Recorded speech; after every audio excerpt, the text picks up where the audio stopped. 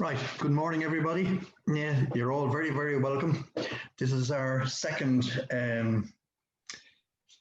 conference or Zoom call, should we say, for ILFA this year. And I'm more than happy to take part and hope that it will be of benefit to you all. We hope the technology will be kind to us and help us to connect with you. All going well. We have a great panel of clinical experts lined up, and I hope that you will enjoy all of their presentations.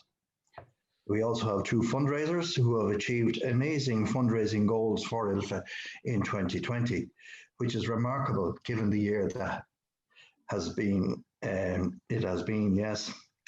ILFA is enormously grateful to our fundraisers, our supporters, and those who make donations to the charity and to keep us going.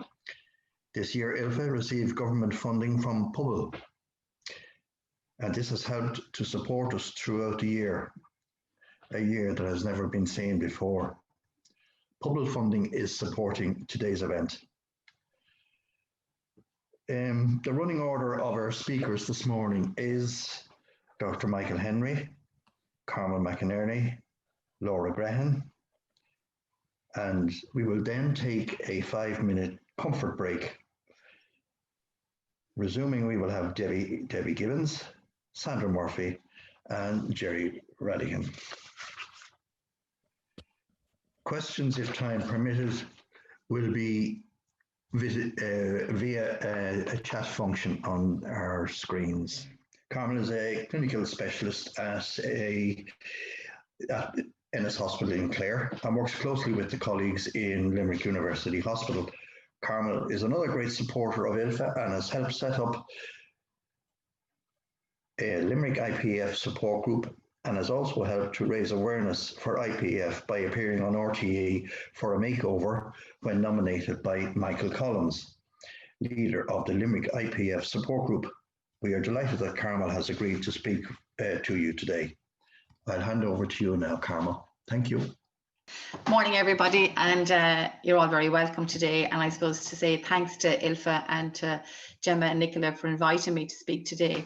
And yeah, it's wonderful to be like an ambassador for ILFA and for the IPF patients, and I've just been recently appointed as an A&P in Ennis now, so it's good, and it's great to see the Clare support group up and running. So I'll start with the symptom management of a patient living with pulmonary fibrosis. Okay, so I'm sure you all know what IPF means, but just an overview again.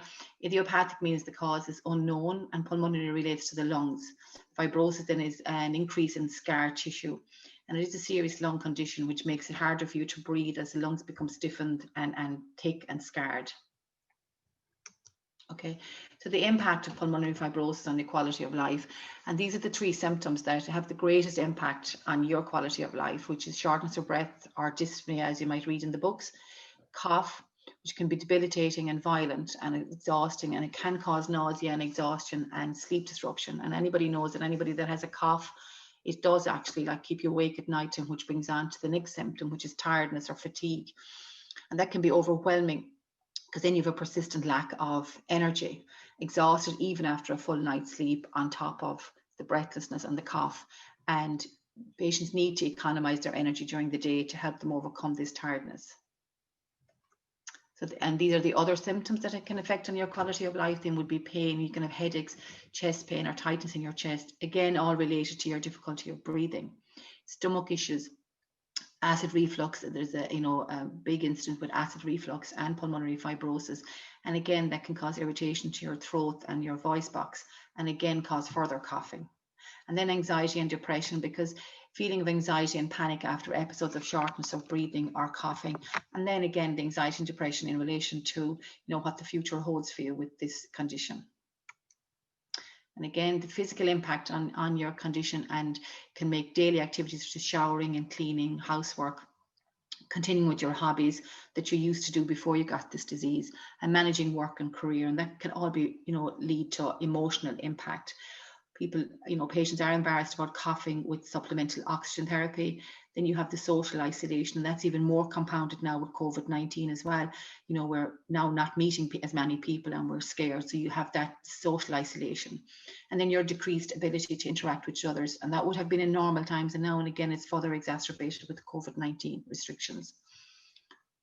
Okay, so we're just going to address some lifestyle changes, managing the breathlessness, the importance of staying active with pulmonary rehab or with just exercises, managing some of the comorbidities or the other diseases that are attached, and assessing benefits and support. Okay, so we'll talk a little bit about breathlessness. So breathlessness can be a distressing symptom because simple tasks become much more difficult than what you were used to when you get this diagnosis, like such as even just climbing the set of stairs. So I suppose one of the tips is to plan your daily tasks to avoid undue exertion. So you plan your activities around your breathlessness. So you break up that journey during the day. So you might have your shower and then take a break and then continue on maybe in a little while to do your next part of your daily activity, whether it's going for a walk or whether it's baking bread for some people, or whatever exercise they want to do.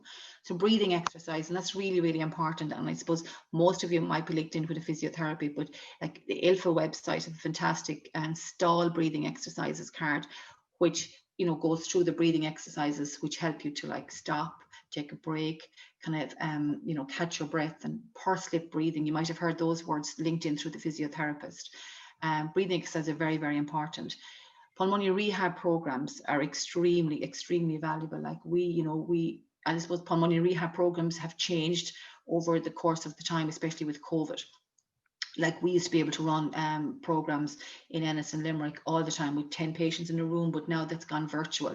So, and I'm sure you're aware that you can link into ILFA on a Monday morning at 11 o'clock to join these virtual exercise classes, which will help you. And these all help to coping skills to do with breathlessness. And also the fan that ILFA have is fantastic. We did it with our pulmonary rehab group about 2 years ago when we had pulmonary fibrosis group, and most of the patients found it so beneficial. It's a tiny little fan. You turn it on and it just helps with the breathing and helps you to cool down. And oxygen therapy, if you're using oxygen therapy, it's really, really important that you use your supplemental oxygen therapy during your exercises. And this will help you overcome the breathlessness as well. The cough associated with pulmonary fibrosis can be extremely debilitating. It's a dry, hacking cough. It's embarrassing. And certainly now in COVID times, there's even probably more people are more conscious of the fact that they have a cough. So it needs to be managed to reduce its impact on your physical and emotional well-being. And it's very easy to trigger that cough. It can be triggered by just talking, eating, laughing, or exercising. So these are just a few tips to help you with your cough. So drinking fluids to keep your throat moist, especially hot tea or honey. Some people associate honey like with soothing the back of the throat. Taking your time when you're exercising, and if you do start coughing, to stop exercising. Avoid the trigger factors that can trigger the cough, like smoking, perfume, household cleaning agents. They all impact on your cough. So if you can avoid those trigger factors, then it really, really helps. Acid reflux medication. There's a big link between acid reflux and heartburn and a cough. And especially if you're on antifibrotic medication, you really should be on an anti-reflux medication, such as brand names like Zofran, Protium, and they will help settle the cough. And again, deep breathing techniques are really, really helpful with the cough. And again, the physiotherapist can help with them, your respiratory nurse, or during the exercise classes. And speech therapy, helping patients to speak more slowly, can also help with the cough. The fatigue or the tiredness, and we all know what it's like to be tired and fatigued, and it does impact on your daily activities. Even if you've had a good night's sleep, you're still tired. Between the breathlessness and the cough, you can be still tired. And I suppose one of the main things is, like, and I suppose as Irish people, we're very slow to ask for help. It's really, really important to ask for help, from another family member, a carer, a neighbour, or a friend. And especially in these times, because, with restricted movements, going into shops and doing grocery shopping, it's really, really important to ask for help. Somebody to do your grocery shopping, somebody to do your cleaning, because again, then you're saving your energy for maybe the things you want to do, like go for your exercise or round golf, whatever your hobby is. Exercise within limitations as well, you know, don't be trying to do too much exercise. And again, break up the exercise into smaller amounts more frequently. Nutritious food. It's very, very important, we'll say, with your food, that you're eating nutritious food, because like giving nutritious food or taking nutritious food means you're actually kind of increasing your energy. And Boring or Engelheim, I talked to Gemma afterwards, they have a fabulous book out, and it's actually called Making Every Mouthful Count. It's especially for patients with pulmonary fibrosis, and it gives really, really, really good tips. So Gemma, I might talk to you afterwards about how we can get that out to the pulmonary patients. And again, pulmonary rehab, and I know I'm saying exercise might cause tiredness, but also exercise, it does give you more energy, and you learn loads like during the exercise classes on how to conserve your energy and kind of rejuvenate some of your tiredness. And plenty of rest and take naps. Don't be afraid to say, I need to settle down, I need to sleep here for a half an hour. So you take rest when you feel like it. And again, oxygen therapy helps with that tiredness, because it's giving oxygen to the rest of your body. So it does help with the tiredness. Pain and anxiety are symptom management, also called palliative care. And I know when we hear the word palliative care that we kind of tend to get frightened, but now we're kind of changing the name to symptom management, which is really, really important. And like, I suppose historically we were very, very slow to ask palliative care team to get involved. Whereas now I think we're much more open to the idea when it's called symptom management. You know, I very recently had a patient in Ennis that was really suffering with symptoms with breathlessness, and we introduced the idea of palliative care, I'd say maybe 3 months before the patient was willing to take it on. And he later told me it was the best intervention he had during nearly his whole journey through pulmonary fibrosis, because they were actually able to call to his house. His movement was very limited, but it was his breathlessness that he really suffered with. And when palliative care got involved, they were actually able to give him medication to help his breathlessness. He was still able to interact with his family. And then, like, closer to the end of his journey, the palliative care team were actually calling to his house, and he had gotten to know them, the physiotherapist and the palliative care nurse. So he actually thought it was a wonderful journey to have palliative care involved. So the palliative care is designed to ensure that you are comfortable by relieving pain and addressing other issues not directly associated with pulmonary fibrosis. And an example where palliative care can help include home visits by the nurse and physiotherapist. And, you know, physiotherapists can do breathing exercises, breathing techniques, and also make like little adaptations to your house that might suit you, your breathlessness, or the symptom that's causing you the most pain. Mouth dryness associated with oxygen treatments. They can help with special medication to alleviate the breathlessness, and help with medication to improve your appetite as well. You know, so they're a wonderful, wonderful service, like to have them involved in your care if you need them. Tummy issues or gastrointestinal issues. And again, antifibrotic medication, if you're on it, like pirfenidone or Ofev for your treatment of pulmonary fibrosis, can cause gastrointestinal issues or stomach issues. So it's really, really important to ask your doctor or your respiratory care team about medication to help increase your appetite, because with the work of breathing and maybe not being able to eat large amounts, sometimes your weight can drop. So it's really, really important to, you know, maybe take some vitamins or ask your respiratory team or your GP about getting medication to increase your appetite. Take your medication with the meal, or as instructed, I should have put in there, because like taking your medication on an empty stomach can actually further exacerbate your tummy issues, like if you have any nausea or vomiting. Take a walk before you eat sometime, maybe just a little bit of exercise around the house, small little exercise, because it kind of increase your appetite and help kind of empty out the tummy. Eat several small meals throughout the day as opposed to big, large meals, because like with your lung capacity, if you eat big meals, like it can actually reduce the space of your lungs and make it actually more difficult for you to breathe. So small snacks throughout the day, like, you know, I'm not a dietitian, but I know I heard a dietitian one day at pulmonary rehab talking about like beans on toast, like, you know, little bits of protein and a bit of carbohydrate, tuna fish, small little things like that are really, really nutritious and helpful, and you're building back up your protein and you're getting your carbohydrate. And if you are on medication, for your pulmonary fibrosis, it's really important, like, to talk to the doctor about lowering the dose if you're unable to tolerate the maximum dose, and that the side effects are really affecting your quality of life, to reduce the dose. Again, we had a lady very recently in Ennis that was on the maximum dose of the OFEV, and she had terrible tummy problems. And once we reduced the dose, she was actually able to tolerate it, and she's, you know, she's doing really, really well on the lower dose. So it's really important to talk to your team, either your GP again or the respiratory team, about the side effects. More little tips here for diarrhea, and again, that book, Making Every Mouthful Counts, is fantastic. And also ILFA have leaflets on their website, and I'm sure they're available to you, on eating and weight management, and they're really, really helpful. So if you have diarrhea, to avoid high fiber foods that are hard to digest because they're actually going to increase the diarrhea, eat bland foods such as toast and rice, small meals, and drinking plenty of water between your meals. And again, asking the doctor or your respiratory nurse about medications to help reduce the diarrhea. So it's really, really important to talk about your side effects, or if you have any issues with your tummy. Nausea or vomiting, and again, these can be related to, like, from the cough, from just the fact that you have pulmonary fibrosis, you can be prone to nausea or vomiting. So talk to your team again about prescription medication to ease the nausea. Eating bland foods, and drink peppermint tea, actually, or ginger tea or ginger ale is actually very, very good for like an upset tummy. Again, lifestyle changes that may allow you to feel in control of your disease and help alleviate your symptoms. And again, it's about improving the air quality and limit irritation to your lungs.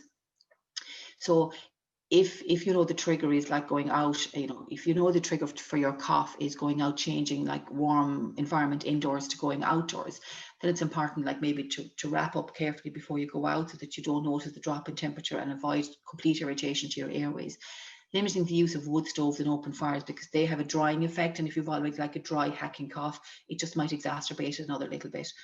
Removing dust regularly and promptly, and this is where asking for help comes in, and getting somebody to do your cleaning for you, and avoiding the dust, because again, dust is an irritant, so it does you know, it cause further cough or breathlessness.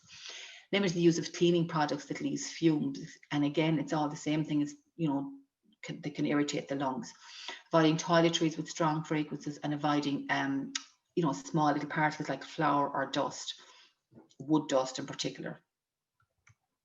The day-to-day living with activity is kind of like a vicious circle, if you know what I mean. So you have your healthy lifestyle, you know, like by going for your exercises, especially even just around the house. I know we can't go out much these days, either with the weather or with COVID, but just around the house is enough, really, you know. And again, I forgot to mention it earlier, ILFA have a fabulous step, you know, the 2000 step challenge, and again, that's available with a pedometer. So if you see that you're doing your 2000 steps, like, that's a really, really good positive movement, you know, for your to help live with your condition.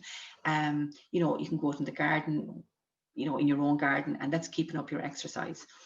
And then you lead on to your smoking. Like, anybody that's smoking should really, really consider stopping smoking. And again, there's loads of support available, because smoking does, you know, obviously can cause other conditions, but it does irritate your cough. It, you know, it will affect your pulmonary fibrosis. And there is, you know, help available on the National Quick Line for that. And again, the exercise, it's really, really important to keep exercise. And like I said, we have the ILFA virtual exercise classes every Monday at 11 o'clock.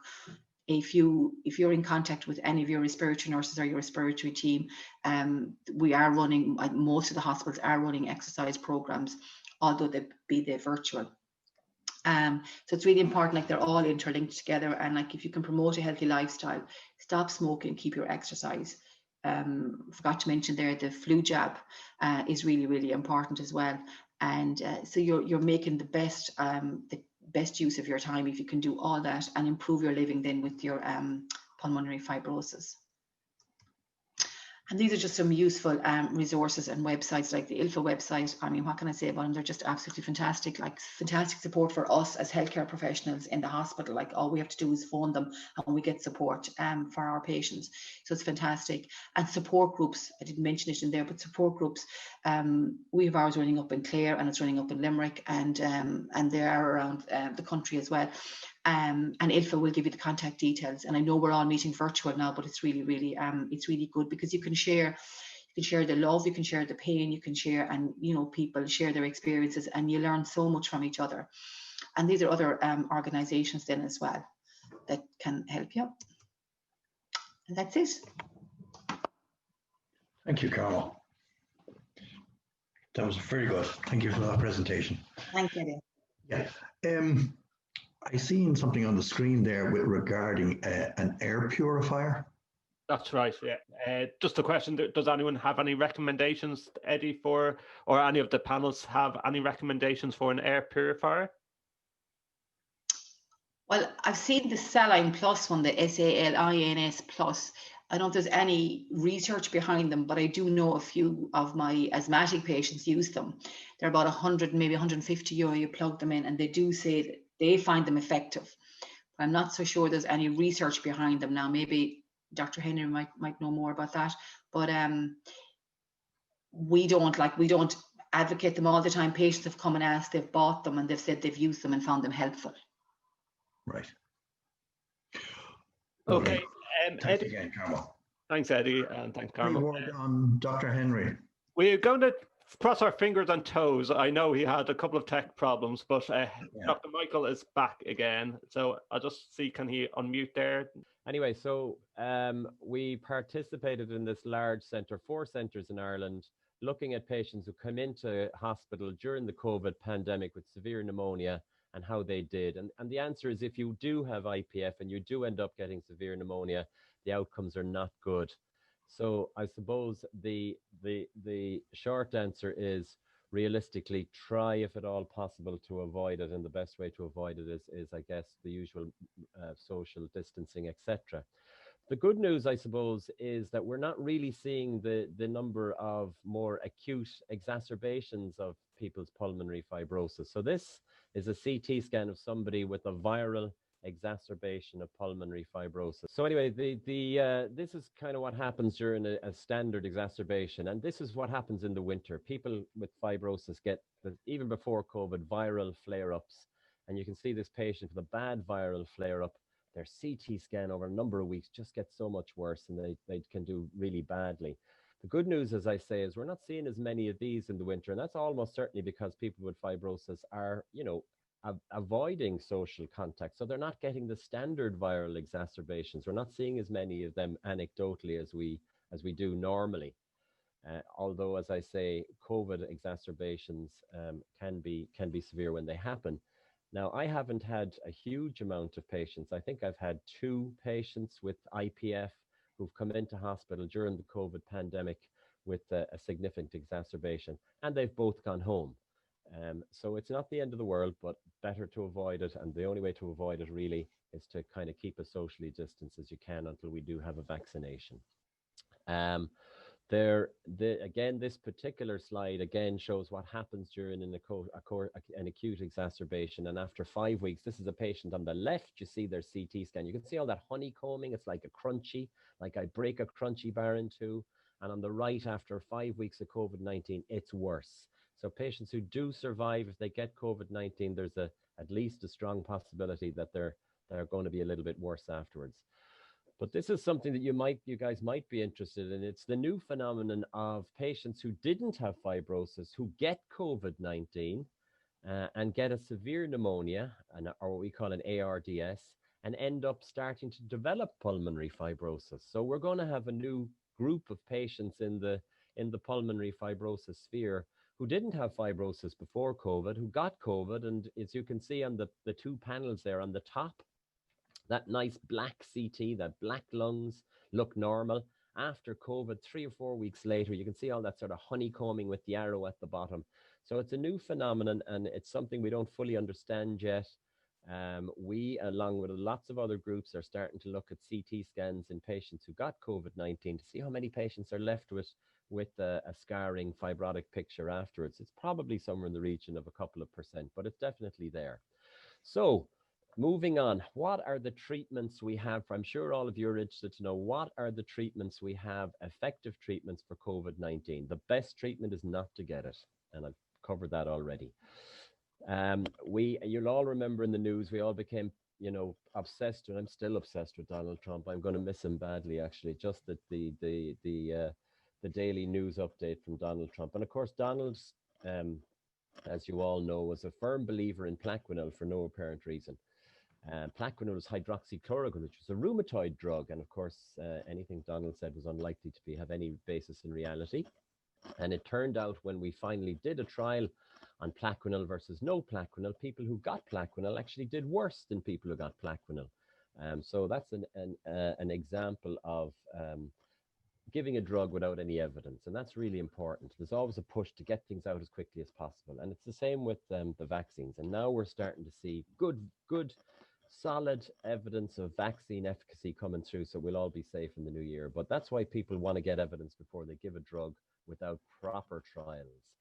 So what drugs do we have that work? Well, in the early stages of the disease in Wuhan, the Chinese doctors started to give steroids to these severe COVID pneumonia patients, not with fibrosis, just COVID pneumonia patients, and they saw a reduced risk of death. So that was a small study, and you have to have follow-up studies. So the big follow-up study was in a drug called dexamethasone, which is a steroid tablet. And in patients who got severe COVID pneumonia, who were on ventilators or in hospital requiring oxygen, they showed a very significant reduction in death rate. So that's the first drug we have that works for patients with COVID pneumonia, whether they fibrosis or otherwise.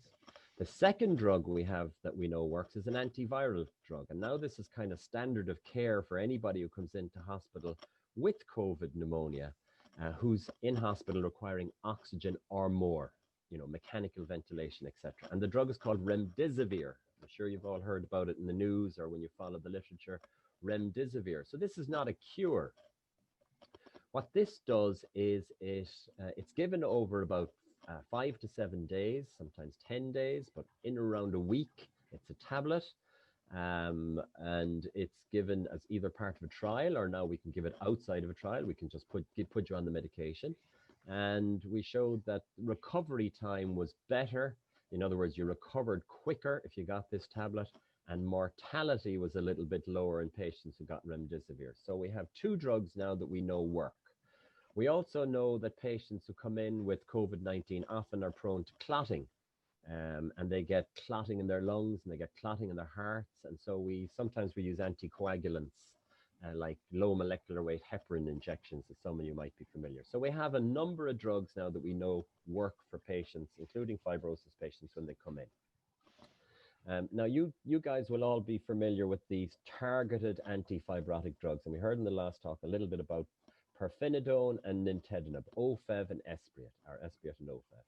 So again, are these going to be of any use? So again, this is a young patient who got a COVID pneumonia. You can see on the left, he's got a little bit of gray sort of stuff on the sides. And then after a number of weeks, he's got that honeycombing, scarring, like a crunchy bar, fibrotic change. And it begs the question, will our antifibrotic drugs actually be any good for these patients who are starting to develop pulmonary fibrosis? And the answer is we don't know yet, but there now are trials of Ofev.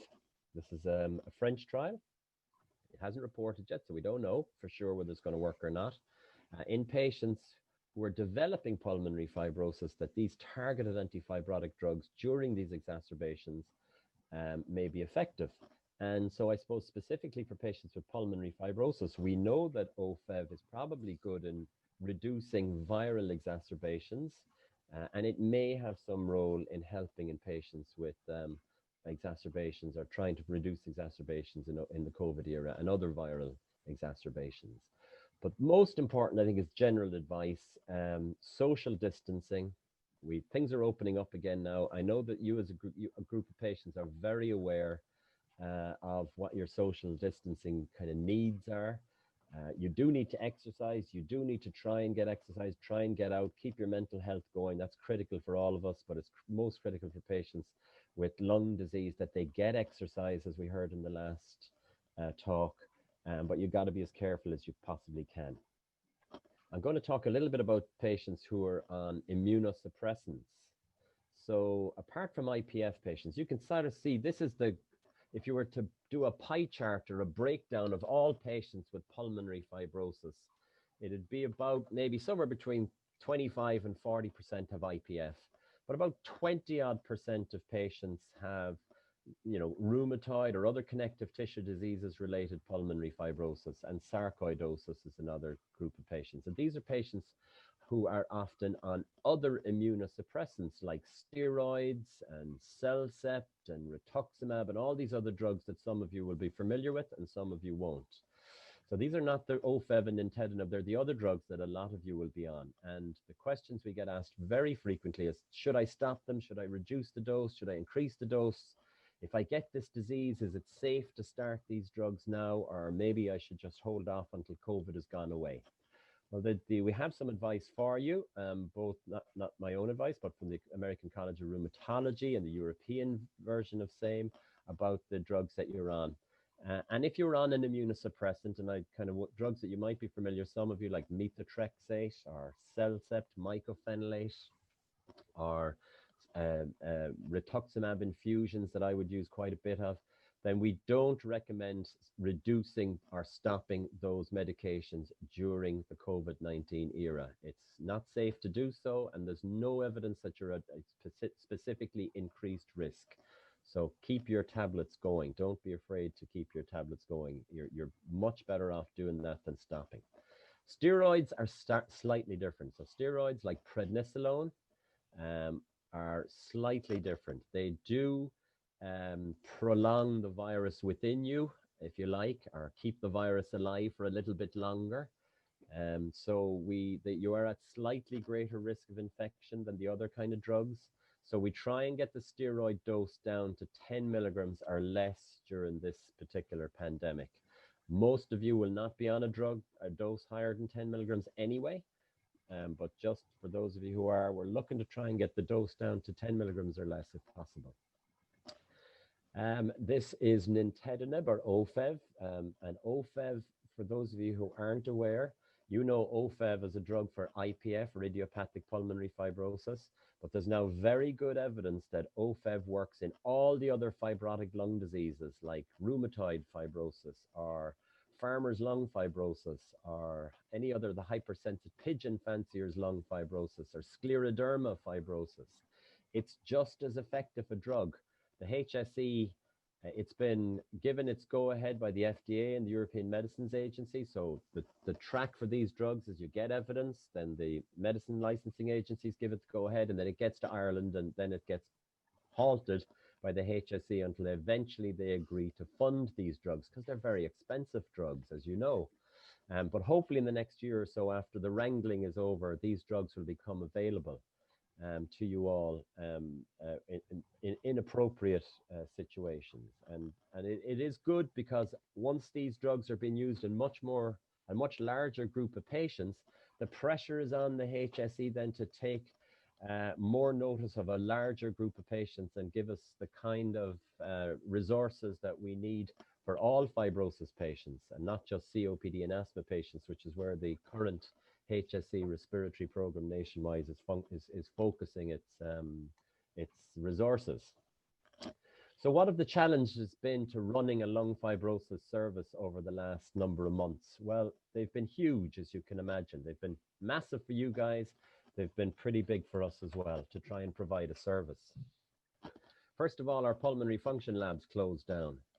And that's, as you can imagine, because blowing into machines and aerosol generating procedures, there's a huge concern that it might be infecting the staff, etc., etc. And there's national documents on that now, and the pulmonary function labs are starting to open again, but they're not working at anything near what they were working. And we needed those tests to be able to see how you were doing, what your progress was. So home spirometry and home testing is now going to be something that I think we're going to see more of in the coming years, probably.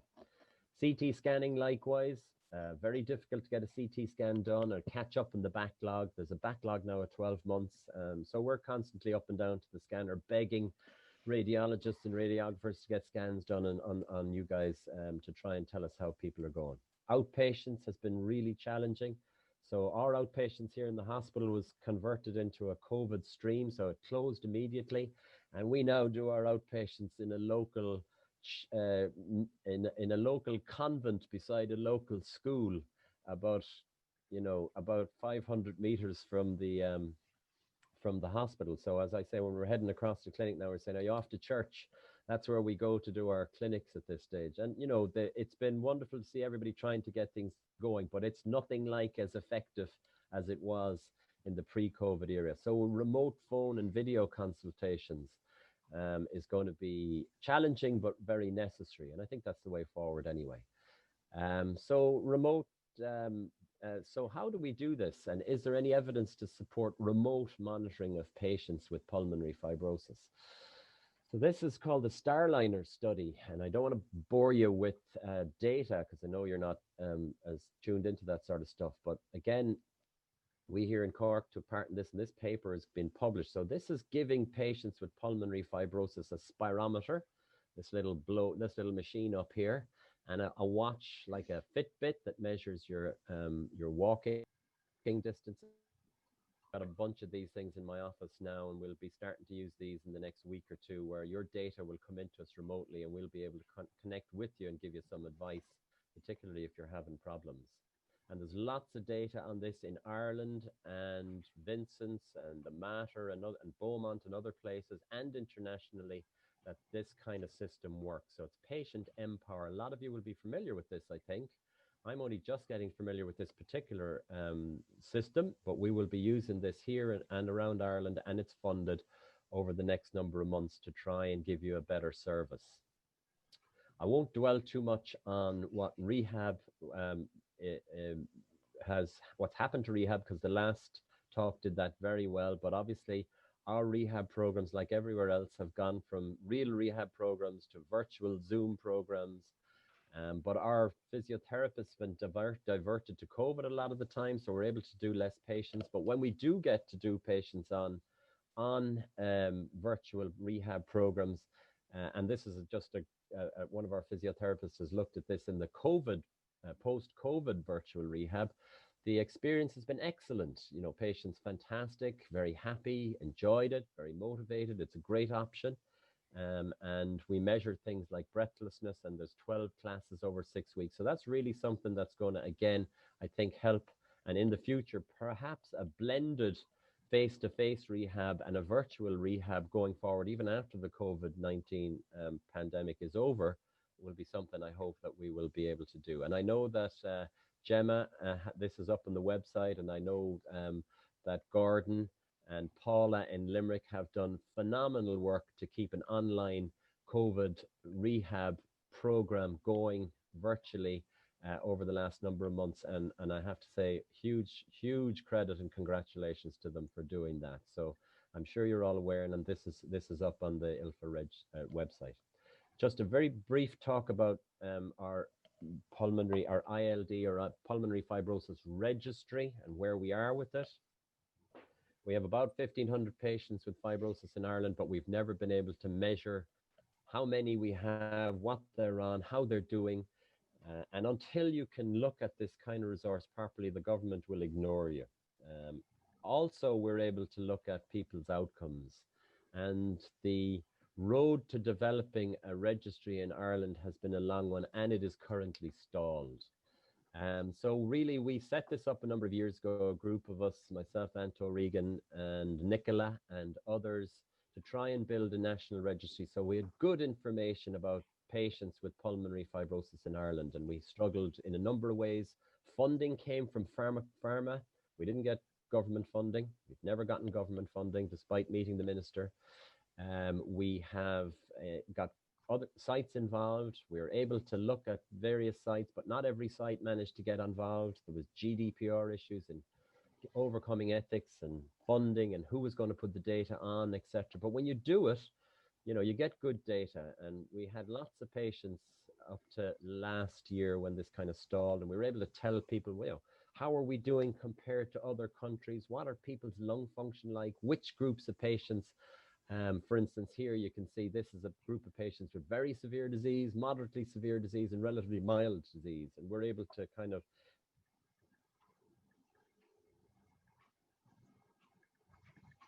I think we're losing Michael's audio again there. Sorry, Michael, I think we've lost your audio again, if you can hear us. We did have a question on vitamin D, I believe, and loads of questions coming in at the moment. So hopefully we can address some of the questions while we wait for Michael to see can we get him back on there again. Does anyone, we had that question on vitamin D earlier on. Does anyone want to address that question? Yeah, Justin, I'm happy to address that if you want. Yeah, Sandra, please.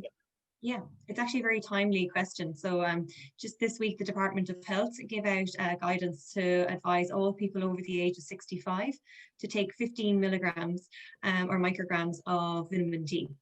So currently the Department of Health only give advice for children and to now adults over the age of 65 to take vitamin D. Okay. Sorry, I had a question here from David, and maybe David, maybe Michael will want to address this separately with David McCurtain. He said, I'm due to undergo breathing tests prior to meeting Dr. Henry in mid-December. Will these tests go ahead? I don't know, Michael, have you got your audio back? Okay. You hear me? Yeah. Yeah, we will be doing, what we've done is, and I'd say lots of other places are doing the same. So there is an NTPF, which is National Treatment Purchase Fund. We're looking to buy time in labs in other private hospitals a lot of the time. So we're sharing our pulmonary function testing between our lab here and our lab in the Mater Private Hospital and our lab in Mallow Hospital. So hopefully, yeah, we will be able to get your PFTs done. I think not everybody every time, but most people most of the time. Great, thanks, Michael.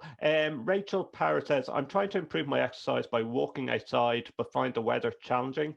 I really want to be outdoors when I'm walking. So should I push myself and just wear the best waterproof clothing I can, or should she take a rest? That's an open question to all the panels. Take that if you want. So hi Rachel, my name's Debbie Gibbons. I'll be chatting in a little while about, I'm a physiotherapist, so I'll be talking about different exercises that you can do in the home, just because I'm very aware we're going into kind of November, December, January, where really Irish weather doesn't really allow us to exercise outside. Walking has so many benefits that are not just physical. So even for your mental health, walking outside, if that's something that you really enjoy, then I would encourage you to go for it. Just in relation to what Carmel was saying there earlier about maybe wrapping up warm to avoid that extreme changes in temperature for your cough. I suppose I don't know you personally, so I don't know what your balance is like, but if you are, in any way unsteady on the feet or a little bit wobbly, maybe, not going out when it's really, really windy, and being mindful in the rain and the ice that's going to be coming, just being mindful of slippy conditions and the leaves at the minute. But yeah, I mean, if it's cold and you really want to get out walking, I would recommend just hat and scarf and gloves and coat and go for it. Thanks for that, Debbie. Paul asks, how much does the spirometry equipment cost and where can be sourced in Ireland today? Hopefully I pronounced that word right, spirometry equipment. So, well, we will, as part of the program, as I say, the HSE is funding this. So we're getting these spirometers and pulse oximeters from a patient Empower down to us, and we're giving them to patients at the moment. So you hopefully, if you're linked in with a centre that's doing that, you won't have to buy it. If you decide to buy it one yourself, you can get them online. They can be anything up to 350, 400 these are little handheld ones. But if you're linked in with a centre that's using this, and you can ask your own consultant, you may be able to get them for free. Thanks for that, Michael. Okay. There is other questions coming in. We are conscious of time as well, and we want to, so I'll move on there, Eddie, if that's okay. Correct. Our next speaker is Laura Graham. Laura is a phenomenal person. Not only is she a terrific athlete and fundraiser, she's also my niece. So Laura, I'm going to hand over to you now. Thanks for the introduction, Eddie. It's great to see you, actually. We haven't seen each other in quite a while. I'm delighted to have been invited along today. It's been fascinating so far. And I was invited to share my experience of what it was like to cycle across Ireland in in aid of ILFA. So this was a mission that I completed in September of this year. And I know some of you will have read or maybe in the ILFA newsletter or have heard me speak already about the record attempt in previous work group meeting. So what I'm going to do today is to look on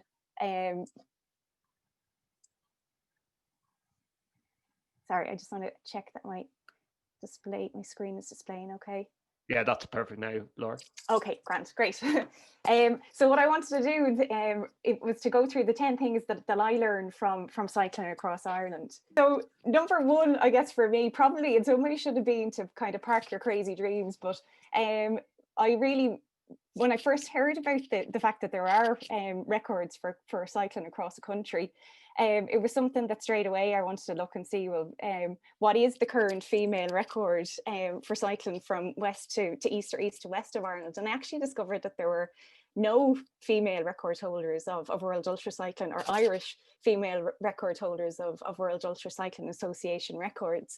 So straight away, this is something that I thought this would be a pretty cool thing to do. And what the challenge itself involved was cycling from, it was approximately 380 kilometres from the most westerly point in the country, which is Slea Head, just out past Dingle and County Kerry, right across 6 counties and 2 provinces, to bring me across the Wicklow Mountains and finally to the most easterly point of the country, which is at Wicklow Head Lighthouse. For me, all the way through the huge amount of training that it took, and during the record attempt itself, the key thing was to keep focused on why am I doing this, and there were 2 main reasons, I suppose. One was to see that it actually was an inspirational thing for a lot of younger females in particular, and I have photos there of 2 of my nieces who are kind of gone cycling crazy as a result. And also for not so young females. So, for example, I know that my own mother and also Nicola Cassidy, who's ILFA director and is my own cousin, has dusted off her own bike and got back in the saddle. So that was fantastic to see. And also a key inspiration or motivation for me was being able to do something to raise funds for ILFA in memory of my aunt and Nicola's mother, Denise Cassidy, who you see there. And Denise she sadly died of lung fibrosis in 2006. And she was an avid sportswoman and had a real sense of adventure and lust for life. So to be able to do something in memory of Denise, while also raising funds for ILFA, really was the inspiration behind it. So I found myself at 4:45 in the morning of 5th of September in complete darkness in the middle of rural Kerry, with the prospect of a full day's cycling ahead of me, 380 kilometres. Could have been extremely daunting, particularly because we opted to have an online tracker, so people were able to follow where I was at each point during the day, and to hopefully be able to see that I was still moving. And in the preparation for it, I often thought of, oh God, it's going to be kind of terrifying starting out. What if what if I fail? What if I'm not able to keep going? But actually, the night before the record attempt, I got a text from an experienced ultra cyclist who I know, who said to me, listen, the most important thing tomorrow, you're actually going to perform best if you just go out there and enjoy it. And that's exactly what I did. So at no stage over the course of the day did I actually look and see, well, how far have I gone? How much further have I to go? It was just a case of keeping the wheels moving forward. And before I knew it, I was actually found myself in County Wicklow and nearly at the finish. I found pretty much straight away that, like lots of people were saying to me, how could you possibly cycle so far on your own? And actually the key thing is that it wasn't an individual undertaking at all. So I had a support crew with me, 5 friends and clubmates from my triathlon and cycling clubs, and they joined me on the adventure really. So they were in 2 support cars who came along with me, and each of the members of the crew had a task. So whether it was from nutrition, looking after the bike mechanics, navigation, and communication with me, everyone had a dedicated task. And you can actually see my friend Ian there on the bottom right of the screen, he was in charge of nutrition. So he had the mammoth task of trying to ensure that I had enough fuel on board to keep me going throughout the day. So it was very much a team event, and not even just in terms of the people who were on the road with me, but many others kind of behind the scenes. Ultra cycling is really, it's a massive kind of planning task, but so making sure that you've optimized the route, so the fastest route possible, that you know exactly how much food you're taking on board, and so on. But it was really a case of, oh God, there were things unexpected that we could never have planned for on the day, and probably the biggest of these was when we were coming through rural Cork, came around a corner and suddenly found ourselves stuck behind a herd of cattle. So over the course of the day, we actually only stopped for 6 minutes in total, and about half of that was stuck behind the cattle. The only other stop during the day actually was for a quick comfort break about halfway through the day. And I had the luxury that I was able to send my crew, one of my crew cars up the road to find a suitably private and nettle-free location for that comfort stop. Speaking of comfort, I also found that Irish roads are incredibly bumpy, and particularly as we came through the Wicklow Mountains, full of potholes and so on. But a good pair of padded shorts and a comfortable saddle made sure that I was fine. And actually made me laugh the day after the record attempt. I woke up and I had a text from my 11-year-old niece asking how was my butt. Thankfully the whole body survived pretty much unscathed. It was a lesson for me as well that sometimes too much of a good thing can be bad for you. So I was training up to 20 hours a day in preparation for the ride, a lot of it during lockdown indoors. And a couple of months into the training, I found that I was starting to cough quite a lot, particularly after training session. And I got in touch with my GP, who referred me for a chest scan, in hopefully to rule out conditions like IPF and also sarcoidosis, which my brother has. But thankfully the scan came back clear, and I was diagnosed with suspected exercise-induced asthma, which is actually quite common among people who are exercising to a high level. So I was put on an inhaler, and thankfully that brought the symptoms under control. But it was really a lesson for me that just the importance of balancing the strenuous exercise with adequate rest and recovery and so on. So that's something that I really kept an eye on from then on. I learned that Irish people are incredibly generous.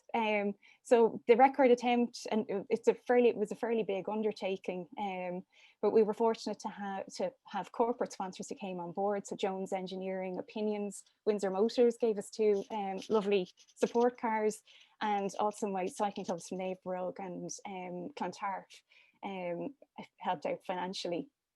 With so many people who kind of came forward to support us in various ways. And a nice story actually was the guest house in Quinn and Kerry, where we stayed the night before the record attempt, actually contacted me after it to say that they were refunding us the cost of the night's stay so that we could donate the money to ILFA.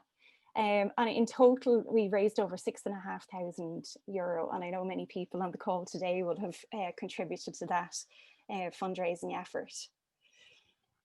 So I also found out that Wicklow Lighthouse, which was my destination point, sits atop a very steep hill.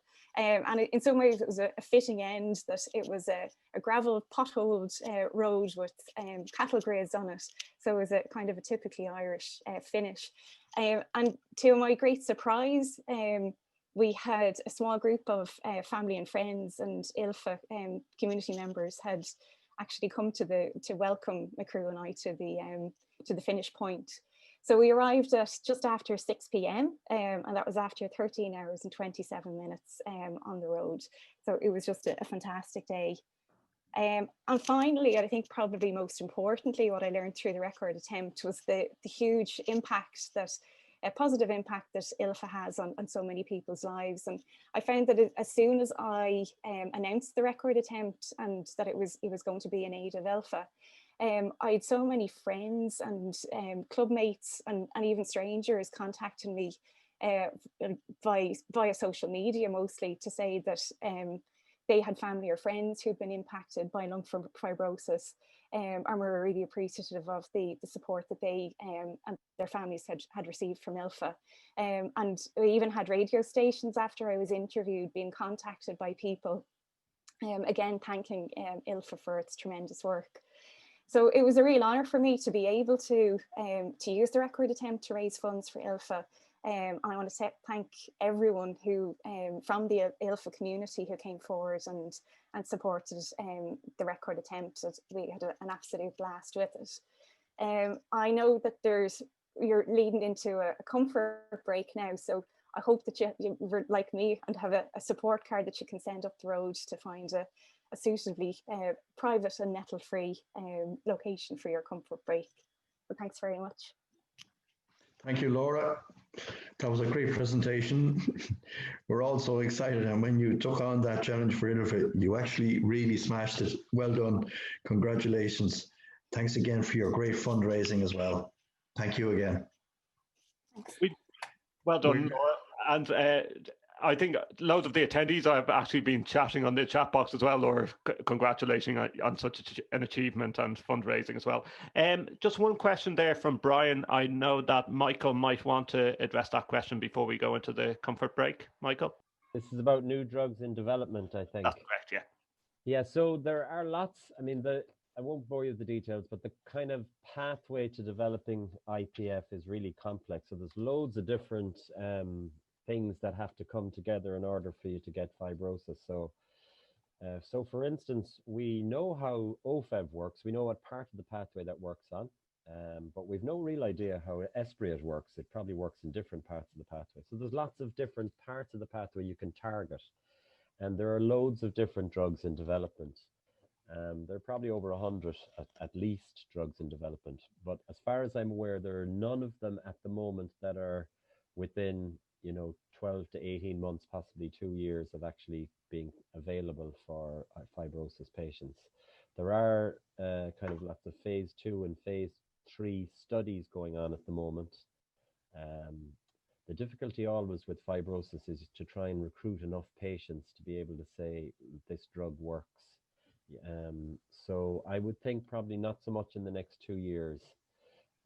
For patients who don't have IPF, who have other forms of fibrosis, there's lots of different drugs as well. Usual sort of drugs like immunosuppressants that we're using that are definitely coming online all the time, but not for IPF as much. So I hope that gives you some indication as to what's going on.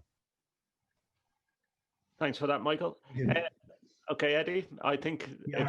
I think Dr. Michael has other duties to perform at hospital, so I think you'll be heading now, Doctor. Is that correct? Yeah, and again, I want to thank you, Eddie, and everybody for inviting me to talk today, even if my crappy internet connection wasn't great. We have to. It's better than not hearing and seeing you, But thanks again for all your advice, and have a good, peaceful Christmas. You too, guys. You too. Yeah. Thanks a lot. Thank you so much. I think now we should take our comfort break. So leave your technology on and get the kettle on or whatever, and we'll resume in approximately 5 minutes. Thank you.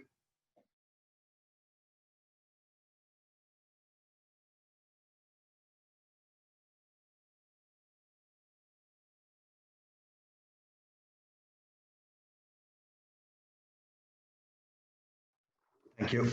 Our next speaker is Debbie Gibbons. Debbie is a respiratory physiotherapist at St. Francis Hospital, Dublin. And Debbie will talk to us about managing breathlessness for lung fibrosis patients. Earlier this year, Debbie joined the online support group meeting and gave very useful advice to our members. So with that, I'll hand over to Debbie now. Thank you, Debbie. Thank you very much. Hi there. Perfect. And thanks a million, Eddie, for the introduction. And thank you so much to ILFA for having me here today. I know I met some of you earlier in the year at the support group meeting, but for anyone who hasn't, I am a specialist palliative care physiotherapist in St. Francis Hospice in Dublin. I've been there for nearly 3 years. And I run a pulmonary rehab program for people with advanced lung disease. whether that be lung cancer, COPD, interstitial lung disease, including IPF. So previously, we were holding it face-to-face, but now due to COVID, we are doing it over Zoom. We are nearly finished our first full program, and thankfully, it's going great. A few technical issues at the start, but really, it's amazing how people have adapted to the online world. I can see in the attendees today, we have Angela there with us. So she is one of our very first patients doing our virtual pulmonary rehab program. So she might have a different experience from how I'm selling it, but I think it's going quite well. So today, I'm going to talk a little bit about virtual pulmonary rehab and the importance of exercise now more than ever with COVID. So I know Carmel said it previously, everyone is staying at home at the minute because we have to. And so we're not going out to the shops as much. We're not maybe going to the local parks or going to visit our family and friends. And as a result of this, our leg and arm muscles are getting weaker. Our fitness levels are going down purely because we're more housebound. So I'm really sorry to start on such a really doom and gloom point there, but there are things that we can do about this. So there are exercises we can do in the safety of our own home to counteract this deconditioning. So I'm going to talk a little bit more about that now. So first of all, you hear the word pulmonary rehab thrown around a lot, but what exactly is it? So pulmonary rehab is evidence-based. There is loads of scientific proof that it works. Now, to be honest, a lot of the research has been done into patients with COPD, and that really is purely because there's so many more people with COPD in the world that it's easier to get more of them together to carry out kind of randomized control trials. But there's lots of emerging evidence now into the benefits of pulmonary rehab for people with idiopathic pulmonary fibrosis as well. So it should also be multidisciplinary. So ideally it should be a physiotherapist, a respiratory nurse, occupational therapist, dietitian, respiratory consultant, all involved in the management for people with chronic respiratory illness. So I did get in touch with Gordon Cagney, the physiotherapist in University Hospital Limerick, just in relation to what he's offering for yourselves in ILFA. So it's an amazing program. But I suppose what Gordon is very keen to point out is that, you know, it's kind of an exercise group rather than pure pulmonary rehab. And it's just because at the minute, as it's been said already, there's not as much pulmonary rehab going on at the minute. So this is kind of a bridge to keep you exercising at home until the local pulmonary rehab programs open up again. So pulmonary rehab can be carried out in the inpatient unit, outpatient settings, or in the patient's home. More traditionally, it's been in the outpatient setting, but I really think even post-COVID, considering the amount of virtual programs that are running at the minute and the evidence for how effective they are, I think a lot of them actually may continue at home. But there's pros and cons for both in the hospital setting and in the home. So the evidence for this is a trial that was carried out for patients with idiopathic pulmonary fibrosis, and after they completed between 6 and 8 week pulmonary rehab program, they found that people had increased exercise tolerance. So that's measured by your 6-minute walk test. So a lot of you might have had that before. Anyone who hasn't, basically you just walk for 6 minutes, and a physiotherapist or a clinical a respiratory nurse will measure how long you walked for. So they found improvements in this walking distance pre and post the program. It also found evidence for decreased breathlessness, decreased fatigue, improved quality of life, and just improved ability to cope with functional activities of daily living, like your showering, your dressing, your housework, etc.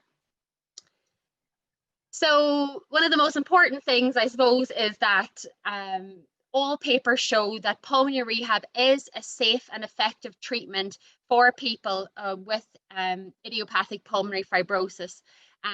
And if you're there thinking, oh, this only applies to people with mild pulmonary fibrosis or mild breathlessness, studies have actually shown that the people who are kind of stronger and fitter before they attend the pulmonary rehab have a lower improvement rate than the people who come with a very low baseline. So if you're someone who, you know, is very breathless, even on mild exertion inside the house, or you don't feel like you'd be able to do any exercise at all, that you're the kind of person that actually, after a pulmonary rehab program, has been shown to have the biggest benefits or the biggest improvement from that baseline.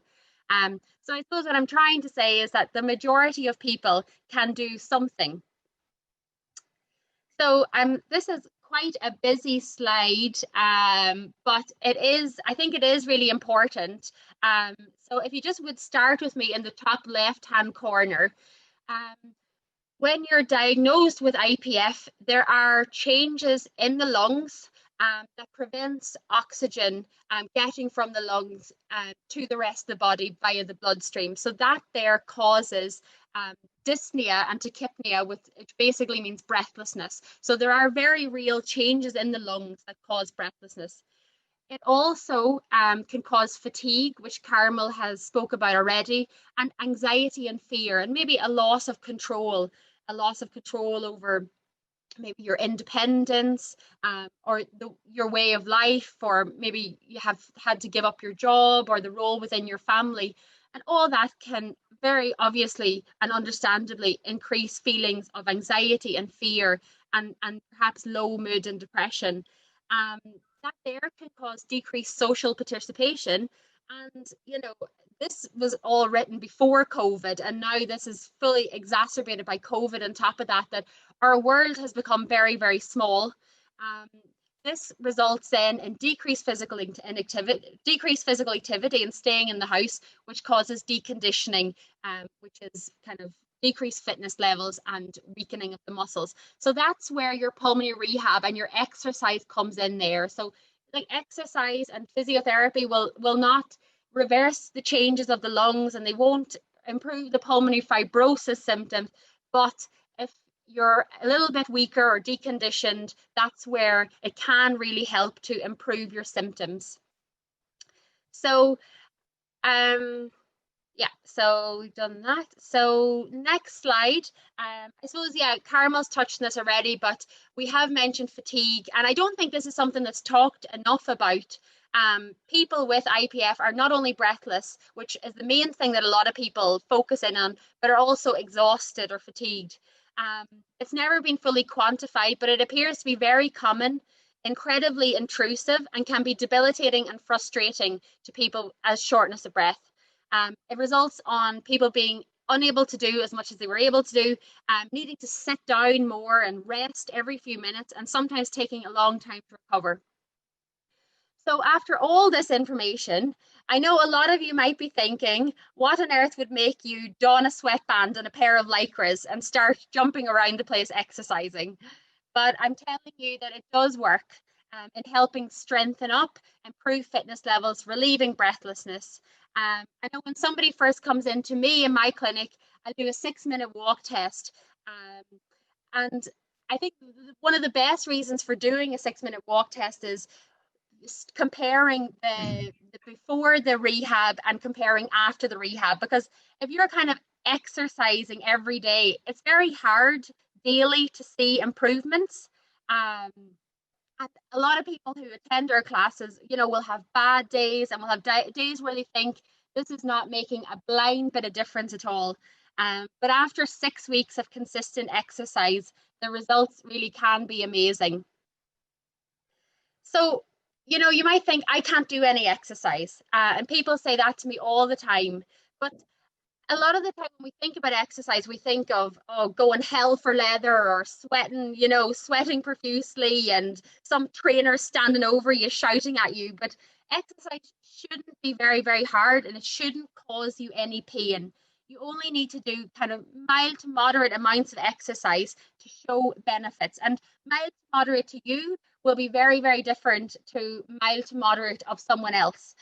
So really, it's very much individualized and tailored to your own needs. And you know, if you are participating in an exercise program, what I would say is don't try to compare yourself to the person beside you or the other person on the Zoom call and, God, you know, they're not taking a rest, I better not take a rest, or, you know, trying to keep up with other people, because we're all different, and, you know, you're all at different stages in your IPF disease, and you know, we all have different comorbidities and other things going on, so you can only compare how you are yourself to you were maybe last week or the week before, and not to anyone else. So when it comes to exercise, this is just some that you can do in the house. So a really good one there in your left hand corner is just sit to stand. So standing up from a chair and sitting back down again, and standing up and sitting back down. You're doing that 5 times. If you feel a kind of a muscle effort in your bum muscles and the muscles at the top of your legs or your thigh muscles, that's a really good one to strengthen those muscles. And those muscles are so important for climbing the stairs, getting in and out of a car, or getting up from the floor if you have a fall. And I'd say it's much easier to keep your muscle strength when you have it than trying to get it back when you are a bit weaker. So it's important to maintain strength now, if you're still very mobile and climbing the stairs and whatever you're able to do. So standing up and sitting down is a great one. If you do get lightheaded and dizzy when you are doing that, then moving just 2 over to the lady sitting on the chair and straightening the leg out in front of her and doing that and counting to 10. Again, you'll feel that same little pull on those muscles on the front of the thighs. So I suppose there are so many exercises out there that if one is too hard or it's causing too much pain, there's always one that you can adapt to. And it's the same with Gordon running the exercises classes at the minute. You know, he said to me, make sure, you know, to tell you if you do feel like anything's causing pain or it's too difficult, just say it to him and he'll get you something else doing. So standing at the bottom of your stairs and just going up and down on the bottom step is a really good one for your fitness levels. Standing behind a chair and going up and down the tiptoes is really good for the muscles at the back of the calves.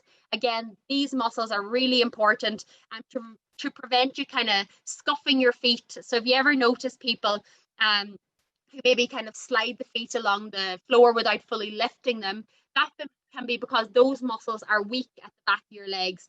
So just making sure you have a support and going up on your tiptoes and down again, maybe 10 times, and you'll feel that in the back of the legs. Not neglecting the arms then as well. So we really use a lot of our arm and neck muscles to help us breathe.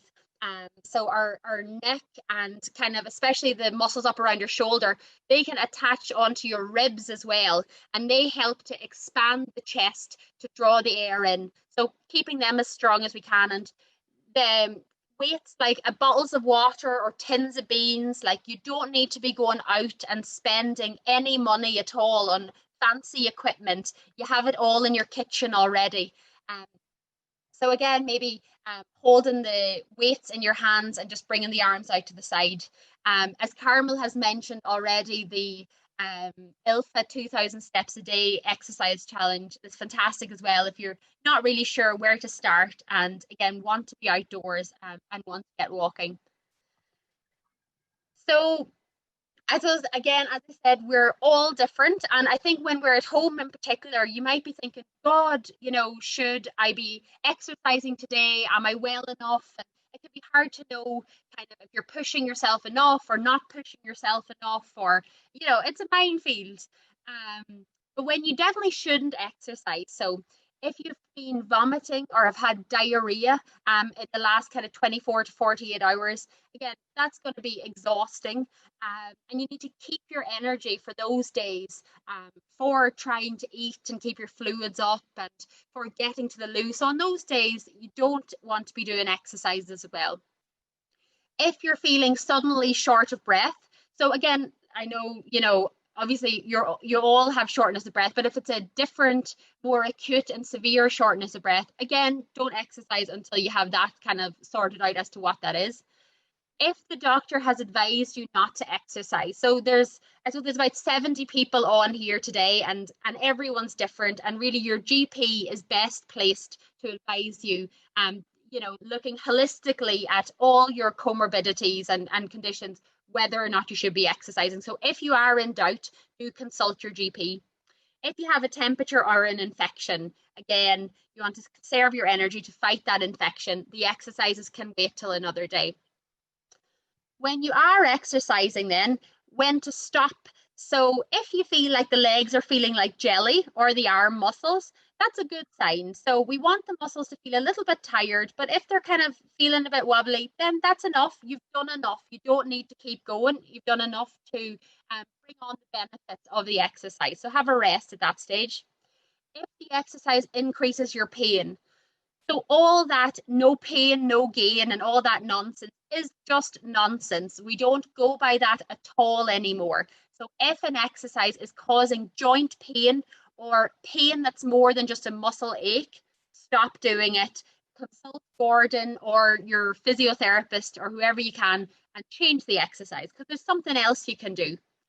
If you experience dizziness, lightheadedness, chest pain, new pain or nausea, again, consult your GP. There might be something going on that needs to be sorted before you continue exercising. Or if you're having difficulty talking while exercising. So that brings me on to my next slide. You might have heard of the Borg scale before. So this is really a measure of how hard you're working. So it goes from 0 to 10. 0 is where you're able to sing and whistle and shout and you're not breathless at all. Anything above 5 is where you're not really able to speak because of breathlessness. When you're exercising, you want to be about a 3. Okay, so you want to still be able to say short sentences, but you want to be a bit puffed. Okay, so if you can't talk at all, have a rest. If you're kind of exercising, but you're still able to have a full-blown conversation with the person beside you, really, you're not going to make that much changes to your fitness levels at that stage. So maybe go a little bit faster or get a little bit of a heavier weight or do a few more repetitions just to get puffed and into that training place where you need to be to improve your fitness levels. Now, if you get to a point where you're not able to speak because you're so breathless and you think, oh God, I've overdone it now, then that's okay. Don't worry. When we exercise, it's normal to become breathless. It's a natural response of the body, and having a rest will relieve that.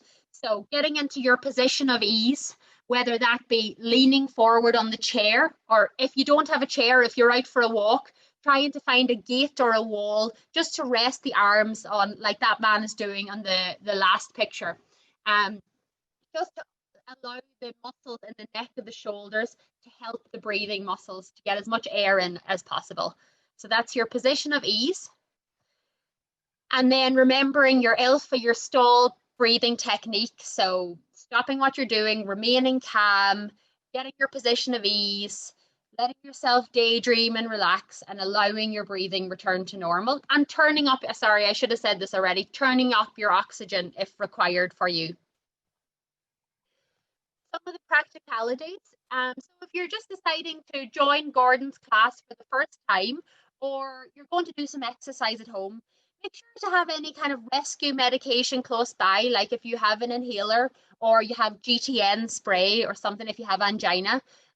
If you're on oxygen, always use it when you're exercising and turn it up if you need it.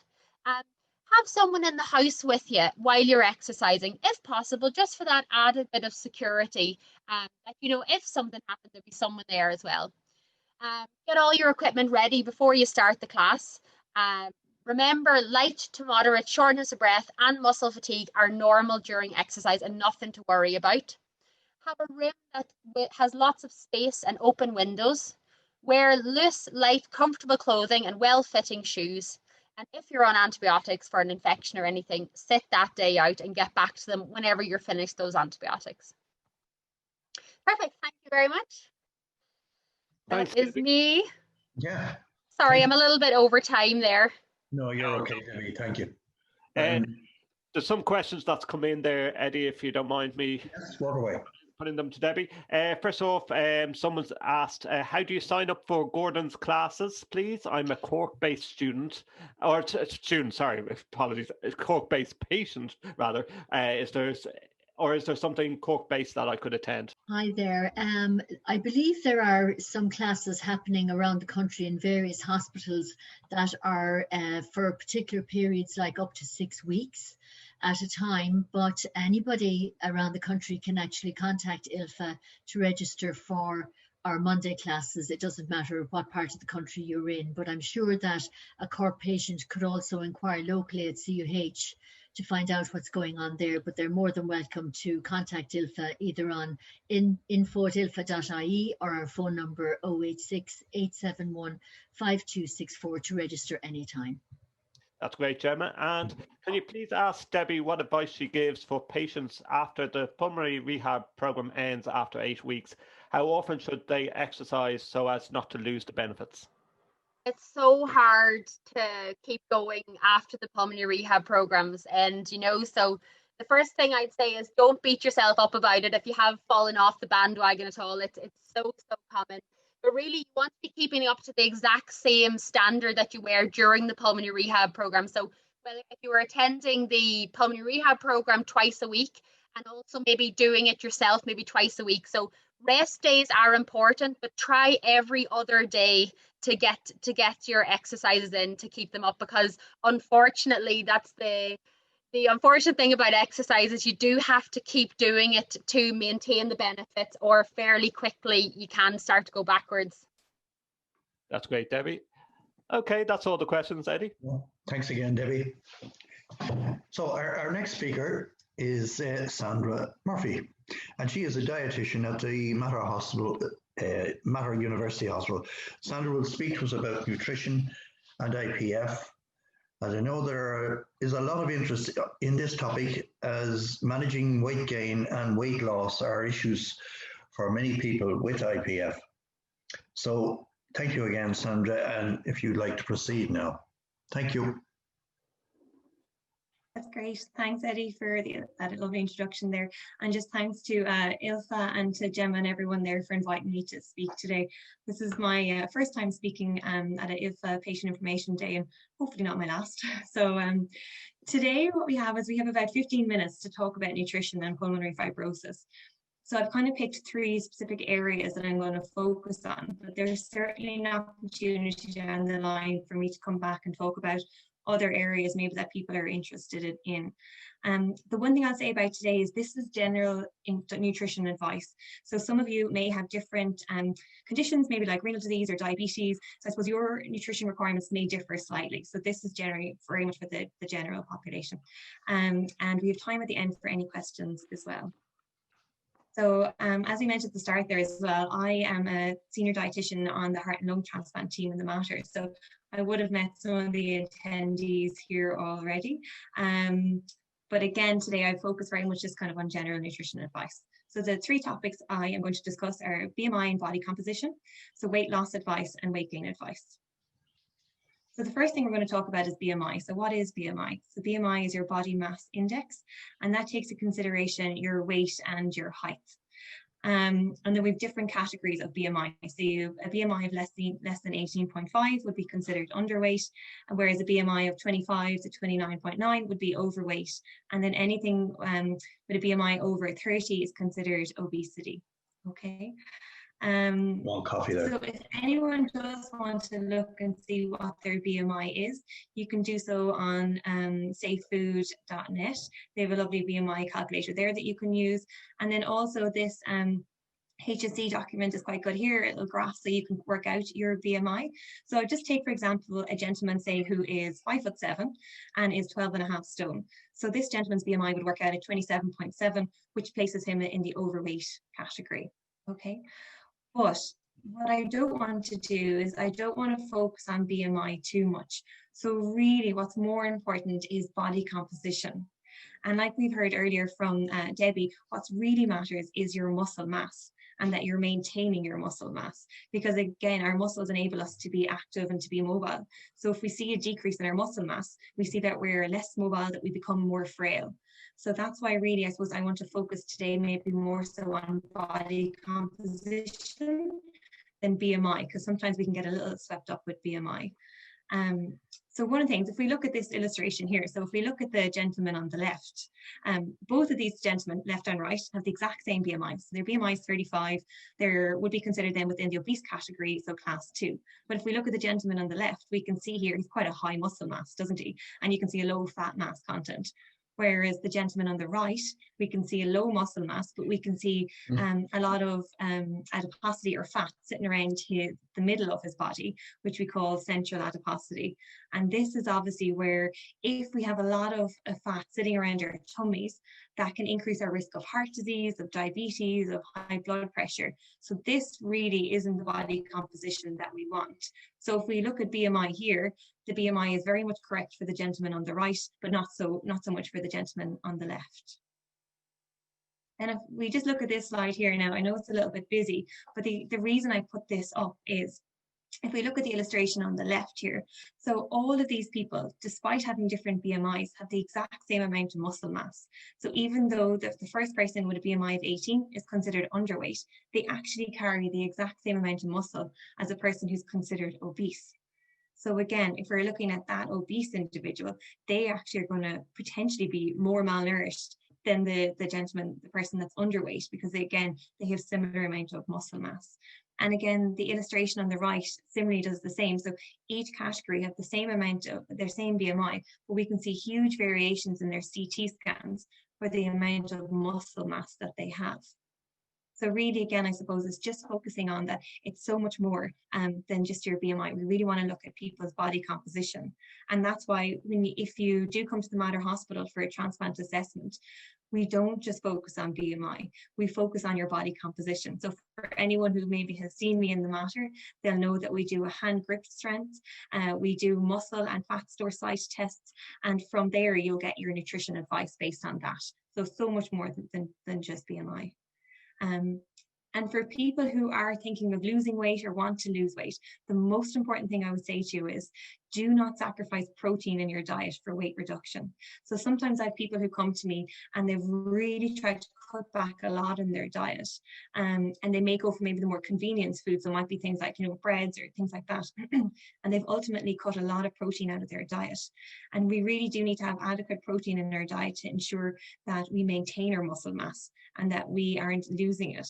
So as Debbie mentioned earlier, it's so important that you're moving enough, that we're using the muscles, but you also have to feed the muscles enough protein so that you can maintain your muscle mass. So that is the big thing as well. So it really is exercise plus protein. The two together are the ideal combination to, one, perhaps to try and avoid further muscle wasting, or maybe perhaps to build it up as well. So first I'm just going to talk a little bit about protein. So where do we get protein from?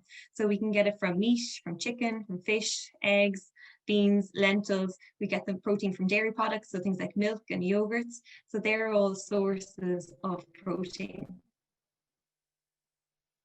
And as I mentioned earlier, depending on your background, so for someone maybe who has kidney disease or other conditions, they may require a different amount of protein.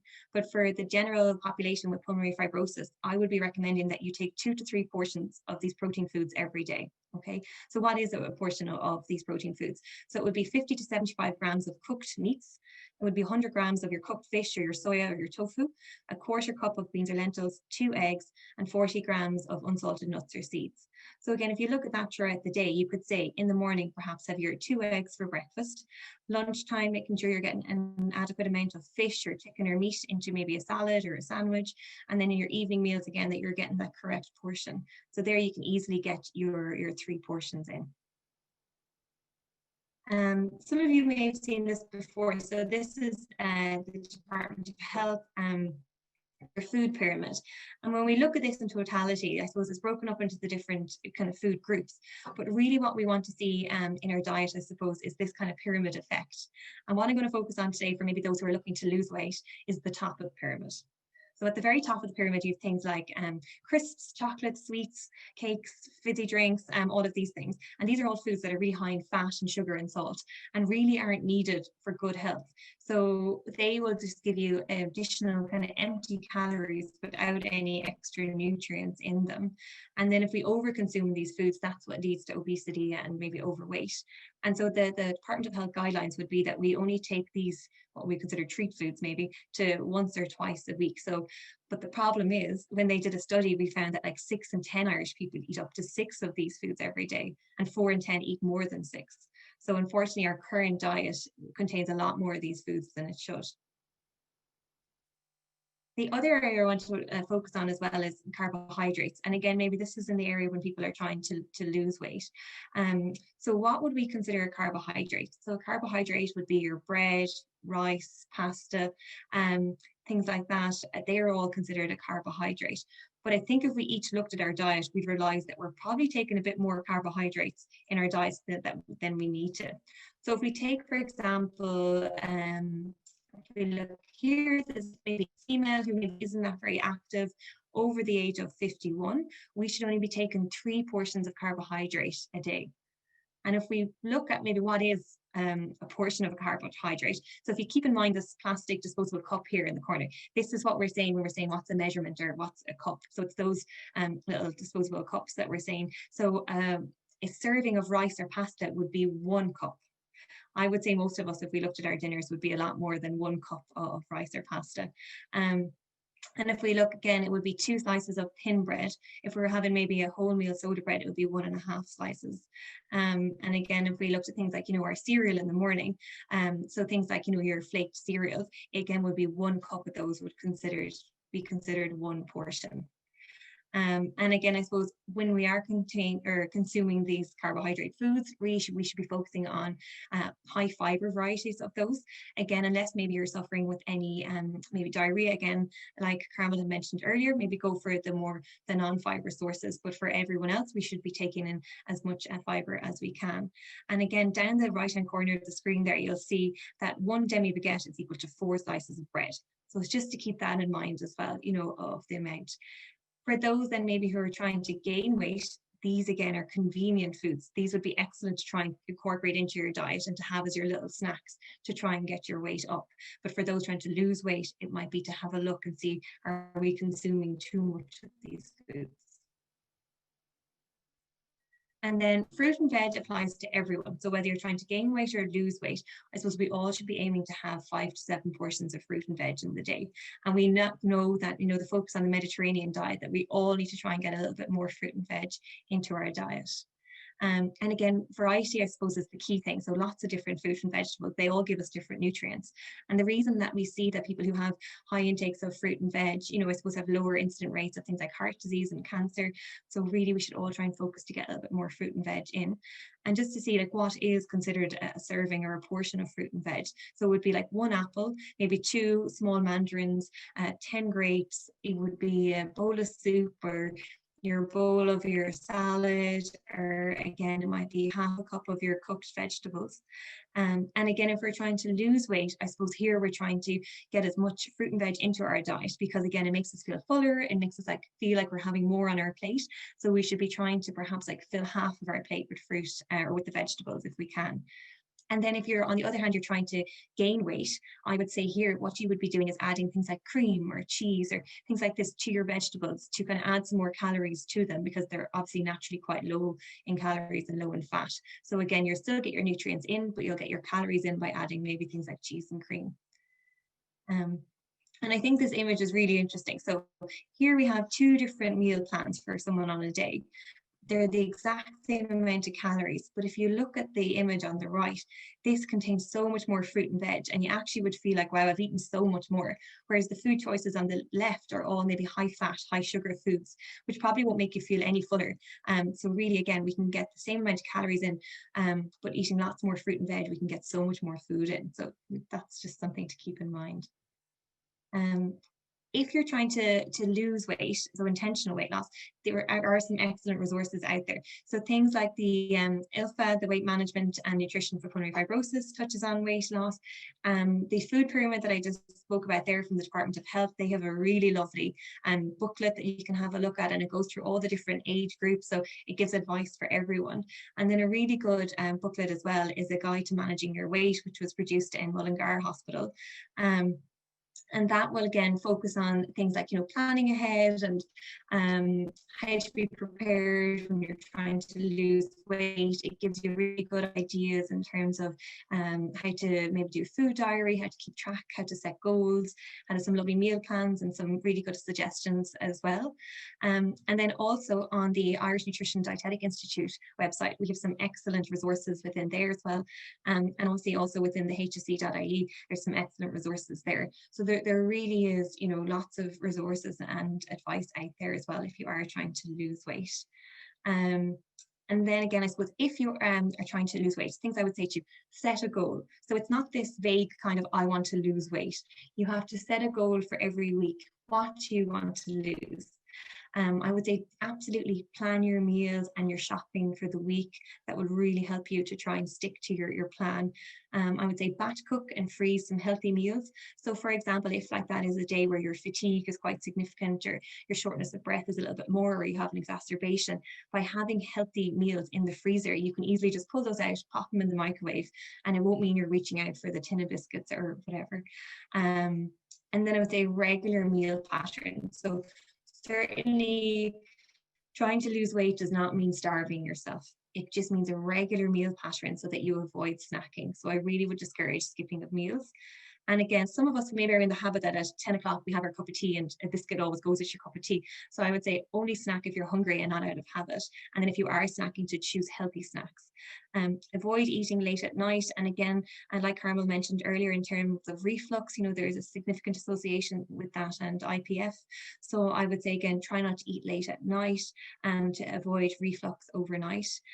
Use a smaller plate. We definitely won't eat with our eyes. So the idea of your plate being full certainly will add to your feeling fuller and satiety factor. So, and then don't give up if you have a bad day. Don't beat yourself up.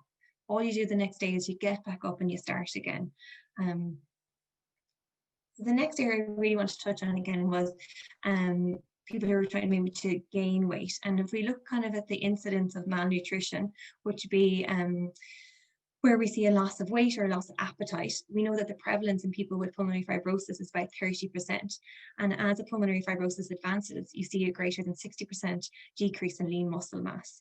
And again here, BMI is not a good indicator of the body composition here. So just because someone maybe is overweight, that does not mean that they're not malnourished. If you have a significant amount of weight loss, or your appetite is decreased, or you have muscle wasting, that means that you are malnourished also. And that's why, again, we don't just look at BMI alone when we're trying to diagnose malnutrition.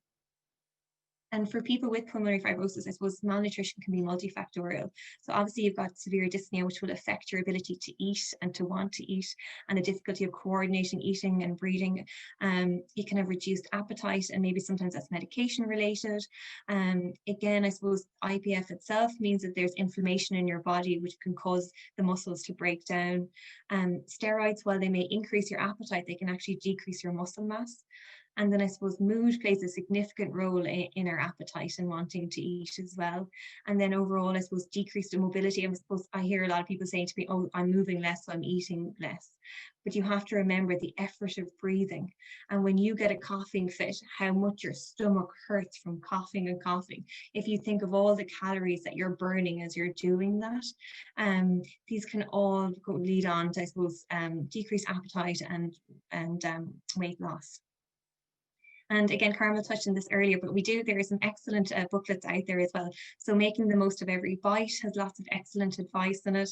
And then also the equivalent cookbook that goes with that is really, really good also. And within Making the Most of Every Bite, it will talk to you about what to do if you have a poor appetite. And it will also talk you through how to enrich your food, so that if you are eating smaller amounts, that you're getting the same amount of calories from it. And then there's some beautiful recipe ideas in there as well. well. So again, if your appetite is poor or you found you have lost some weight, this is an excellent resource. And again, you can download this from the HSE. And what I would say to you is that if you have lost weight or you decrease appetite, please ask your GP or your consultant to refer you to a dietitian so that we can assist. Obviously, there is loads of food options that we can work to try and increase your weight or to stop you losing further weight. And obviously, there's also the oral nutritional drinks that if they're needed, we can use those also. So if your appetite is reduced, I would say eat little and often, as Carmel mentioned earlier. Aim to have 3 small meals and 2 to 3 snacks a day. So use full fat products, so no low fat or low sugar products. You know, when you're eating, you want to make sure that you're getting the most nourishment from your food, and make the most of the part of the day when you're at your hungriest. So again, similar to, I suppose, when you're trying to lose weight, you're trying to gain weight, I would say batch cook. You know, so that again, on those days where you don't feel like cooking, you can get a wholesome meal out of your freezer and heat it up. And consider, you know, meal delivery services, or again, like was mentioned earlier, ask for family or friends to assist with meals and shoppings if you feel again that you just don't have the energy to prepare meals. And then this applies to anyone who's trying to gain weight or to lose weight. So things to consider when you're changing your diet. First of all, I would always ask myself, why do I want to make this change? Is this change important to me? Why am I trying to do this? Okay, and by sitting for a minute and just considering that, that will certainly focus you on why you wanted to do this change. How am I going to make it happen? So what needs to be in place? So if, for example, it is to lose weight, what do you need to remove from the house so that you will stop snacking on, say, certain foods? So it might be that you need to overhaul your cupboards. What needs to be in place? So maybe it is that you need to be organized, that when you do your shop, that you're listing all the healthy foods that you need to have in the house, so you don't resort maybe to going for some biscuits. What supports do I need? Who's going to help you to do this? Maybe it's your husband or your wife or your children. Who's going to be your support to help you through this? Because we all do need a little bit of support when we're trying to make a change in our diet or in our life at all. What might get in the way and how will I get around that? So it's really important that you identify, okay, what's going to stop me?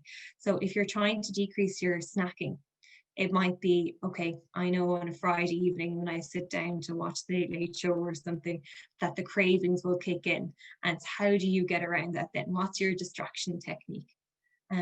How will I monitor my progress? So again, will it be that you weigh yourself once a week? And for anyone who's trying to gain weight or lose weight, I certainly wouldn't be doing that more than once a week. How will I feel when I make this change? And this is really powerful, actually. So if anyone has ever tried to make a change in their diet or their lifestyle, thinking about how you will feel when you've made that change is so nice. That the sense of achievement that you will have, you know, so really focusing on that feeling as well. And then when am I going to start? The ultimate question. So we all have these lovely ideas, and I'm sure people are thinking of maybe their January New Year's resolutions already. But it's setting a date. When am I starting to make this change to my diet? Okay, and the main things I really think, you know, to take away from today would be body composition is so much more than BMI. So don't focus just on BMI alone. Adequate protein and exercise is important to maintain your muscle mass. They go hand in hand. Don't sacrifice protein when you're trying to lose weight, and ask for a referral for a dietitian if you decrease appetite or weight loss. And then some useful websites are here as well. So the INDI would be the Irish Nutrition and Dietetic Association and their Institute, and they have lots of information there. HSE, ILFA, CRE, Irish Health, and then Safe Food again have lots of good useful information on their website. And we've time for questions now. Thank you. That's super, Sandra. Thank you so much for that. We have 2 questions in. Any advice for patients gaining weight because they are on steroids?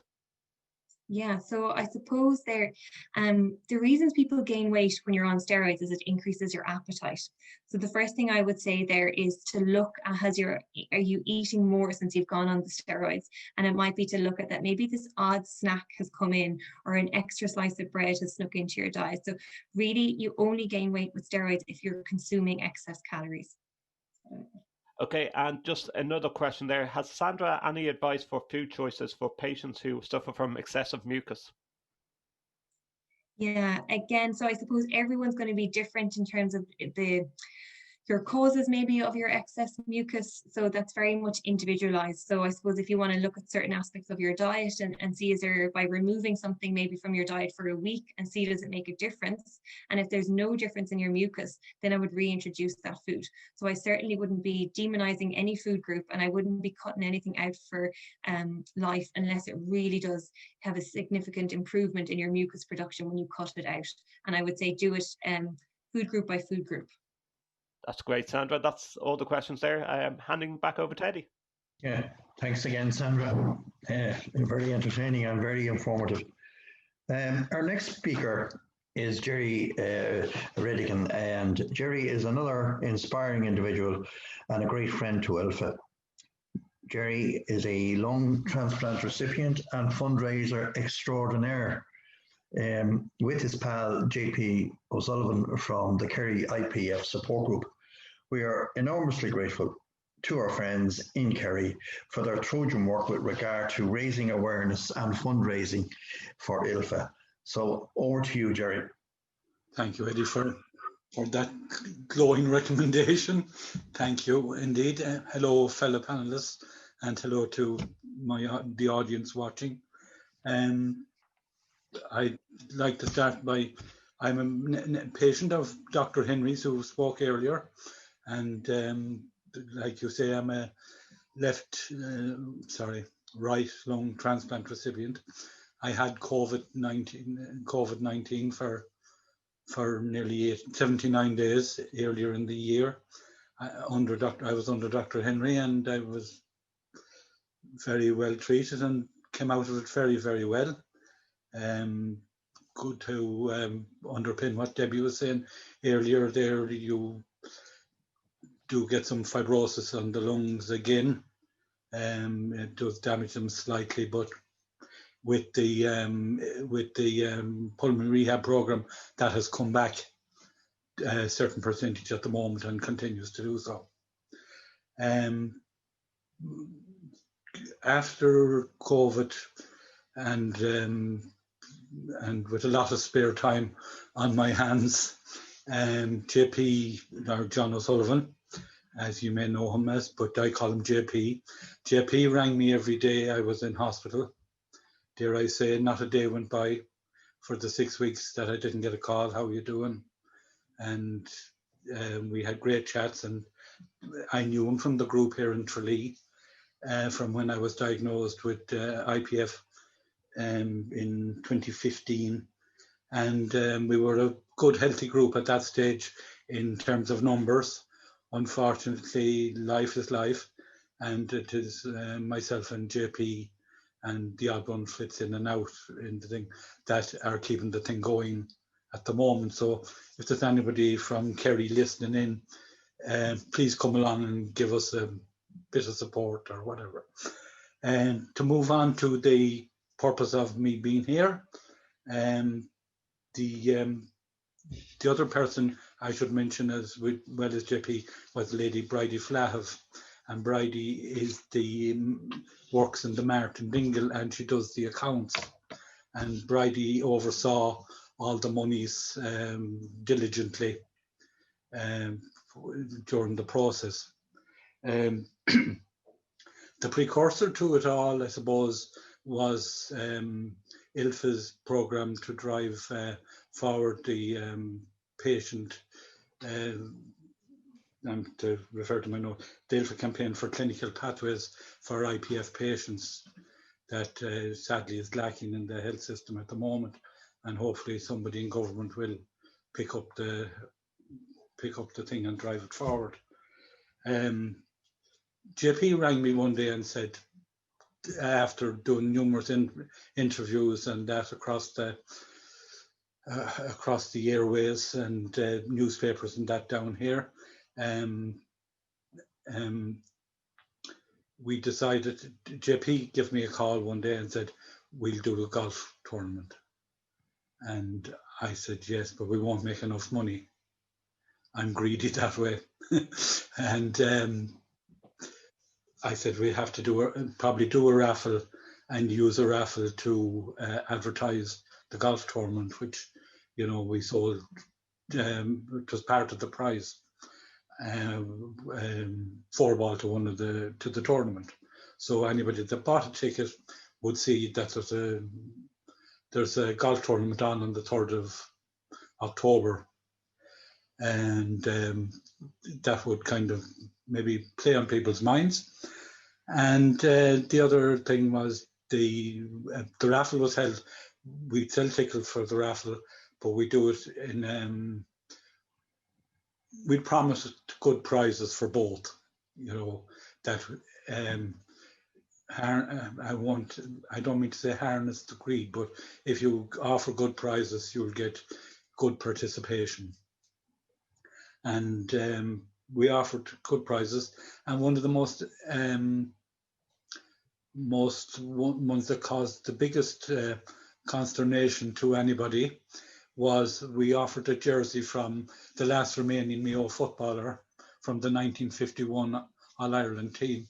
He lives here in the Kingdom of Kerry, and it was no sooner within 2 days of it being advertised, we got a phone call from a man in Dublin, and Mayo, who I'm assuming he was a Mayo man, and he offered us £1,000 for €1,000 for the jersey and 2 4-balls for the team for the golf outing, which was 1,800 in the bank straight away. So back out the road to Paddy, and we got another jersey so that we could take him up on his offer, which we did. And it all helped towards the thing. But myself and JP, we spoke nearly every day on the phone. Our 2 wives began to wonder about the 2 of us. And we spoke every day. The one thing that I have to say about it that was, to me, was the most successful is none of us made a decision without consulting the other. Anything we were about to do or go off script, we ran it by the other, and so that we knew exactly where we were coming from at every twist and turn. People by nature are very generous, and as a lung transplant recipient, that's the ultimate gift for people like me, and it's an incredible act of generosity. But that also transfers into life in terms of their time and their giving of their monies to important events. And when you go to sell, when you're selling an idea, and the idea being ILFA, if you look at what they use as their support, education, research, etc. Once you focus on those and you use those words to people you're selling to, they respond to that. Because I think it's very empowering that if you're telling somebody that this goes to education, that their children, my grandchildren, their grandchildren are going to benefit from them, you can do it with confidence, and once you're transparent and honest and that with them, they respond. We raised in the total after expenses, we raised 21,000, I think it was in total. 21,000. 15,800 went to ILFA, 15,800 went to ILFA, and 5,200 went to the palliative care unit here in Kerry. We chose a local charity. It appealed to enrolled areas. Plus the fact a lot of friends from our groups and that used that facility towards the transition era of their life.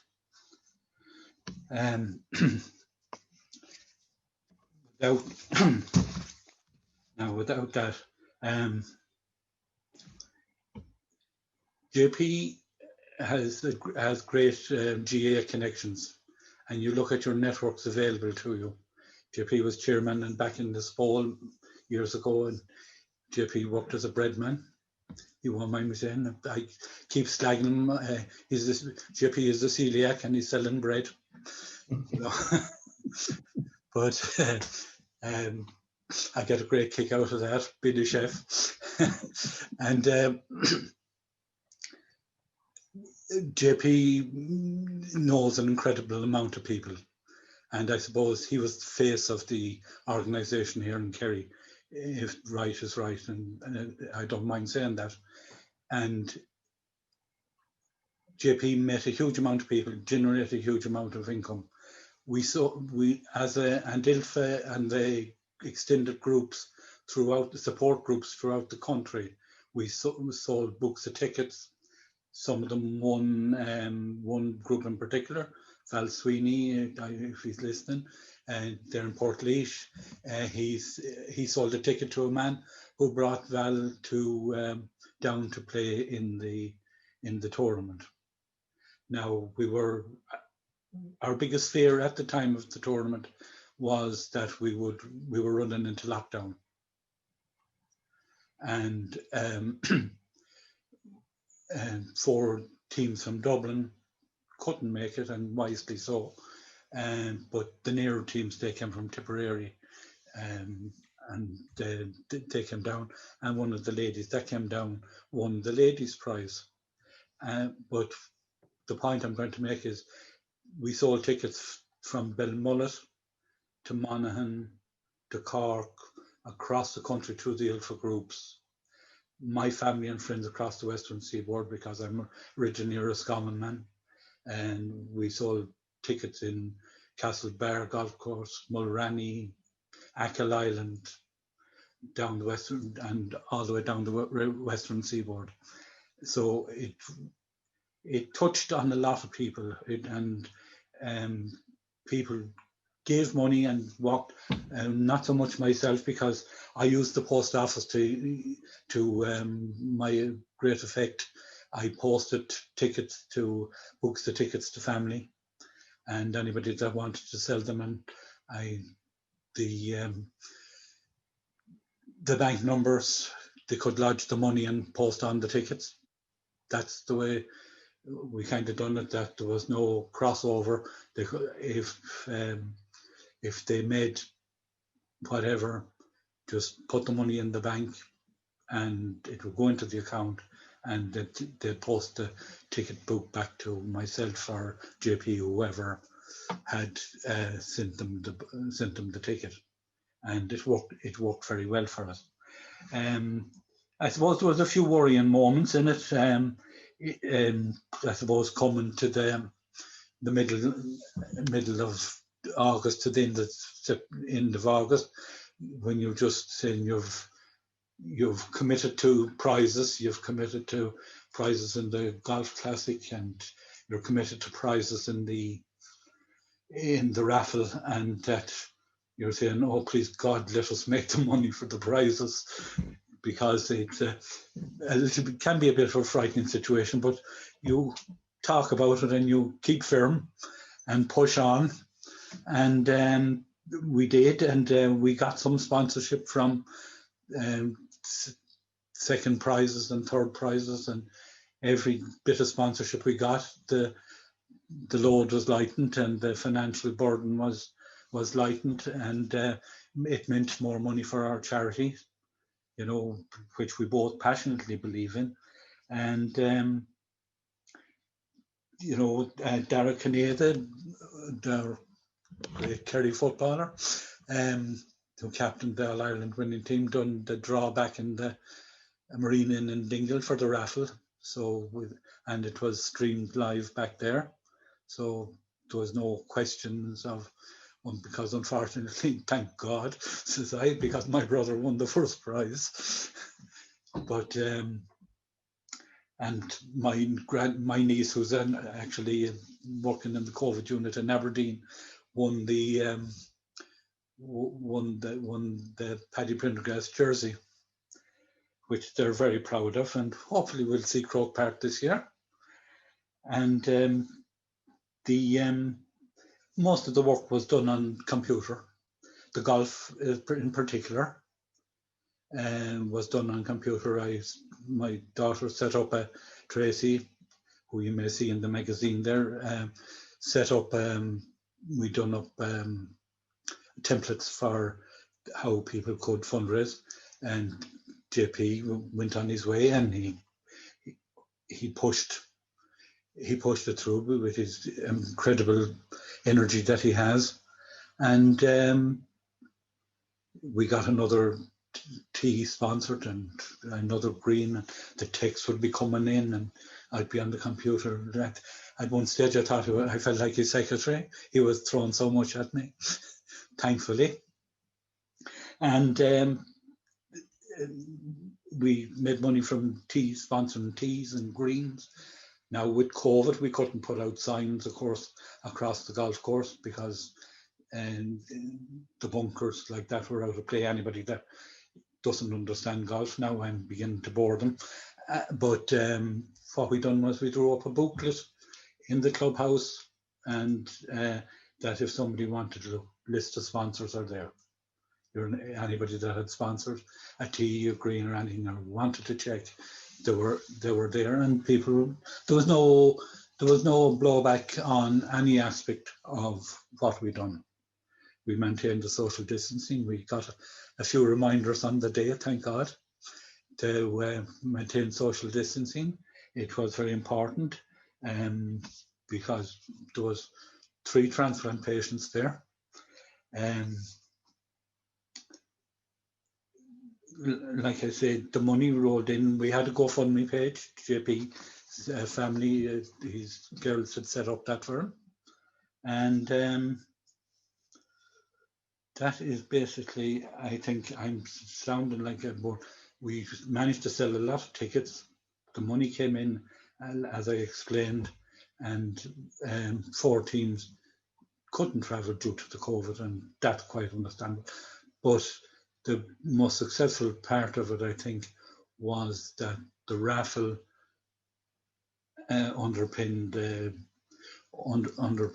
golf outing and vice versa, and what ILFA was about. And it made a big impact.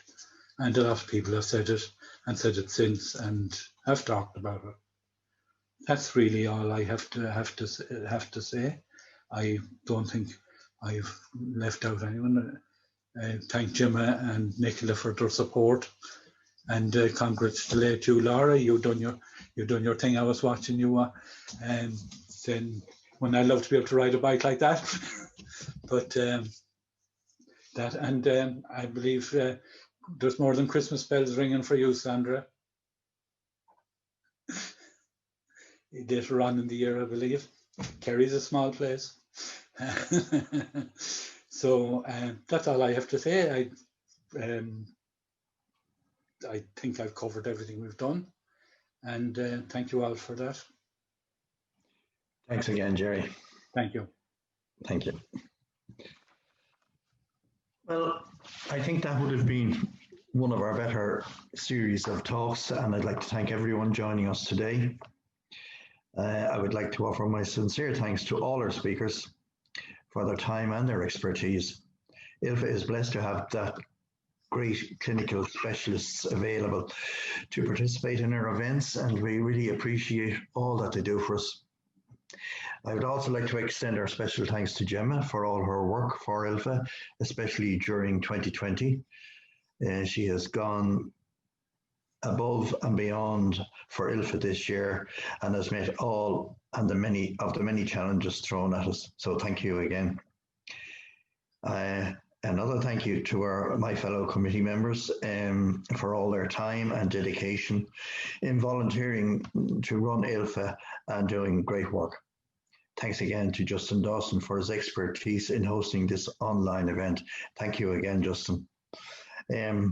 We hope you enjoyed the Patient Information Day and will join us again, please God, next year. And hopefully it will be a better year for everybody all around. In the meantime, ILFA runs online events every month, and we have pulmonary rehab, we have yoga classes and virtual support group meetings. Keep an eye on our website and Facebook page for details. Please support our Christmas card campaign if you can, and if you could like to fundraise for ILFA, please get in touch. If you or a family member is a member of a club or a society or company, please consider ILFA as a potential charity partner. We would appreciate that. We rely totally on charitable donations to continue our work, and all support will be given and greatly appreciated. So I will now conclude by wishing you all a very good weekend and a very safe and healthy, happy Christmas. Best wishes to you all. Keep safe, everybody.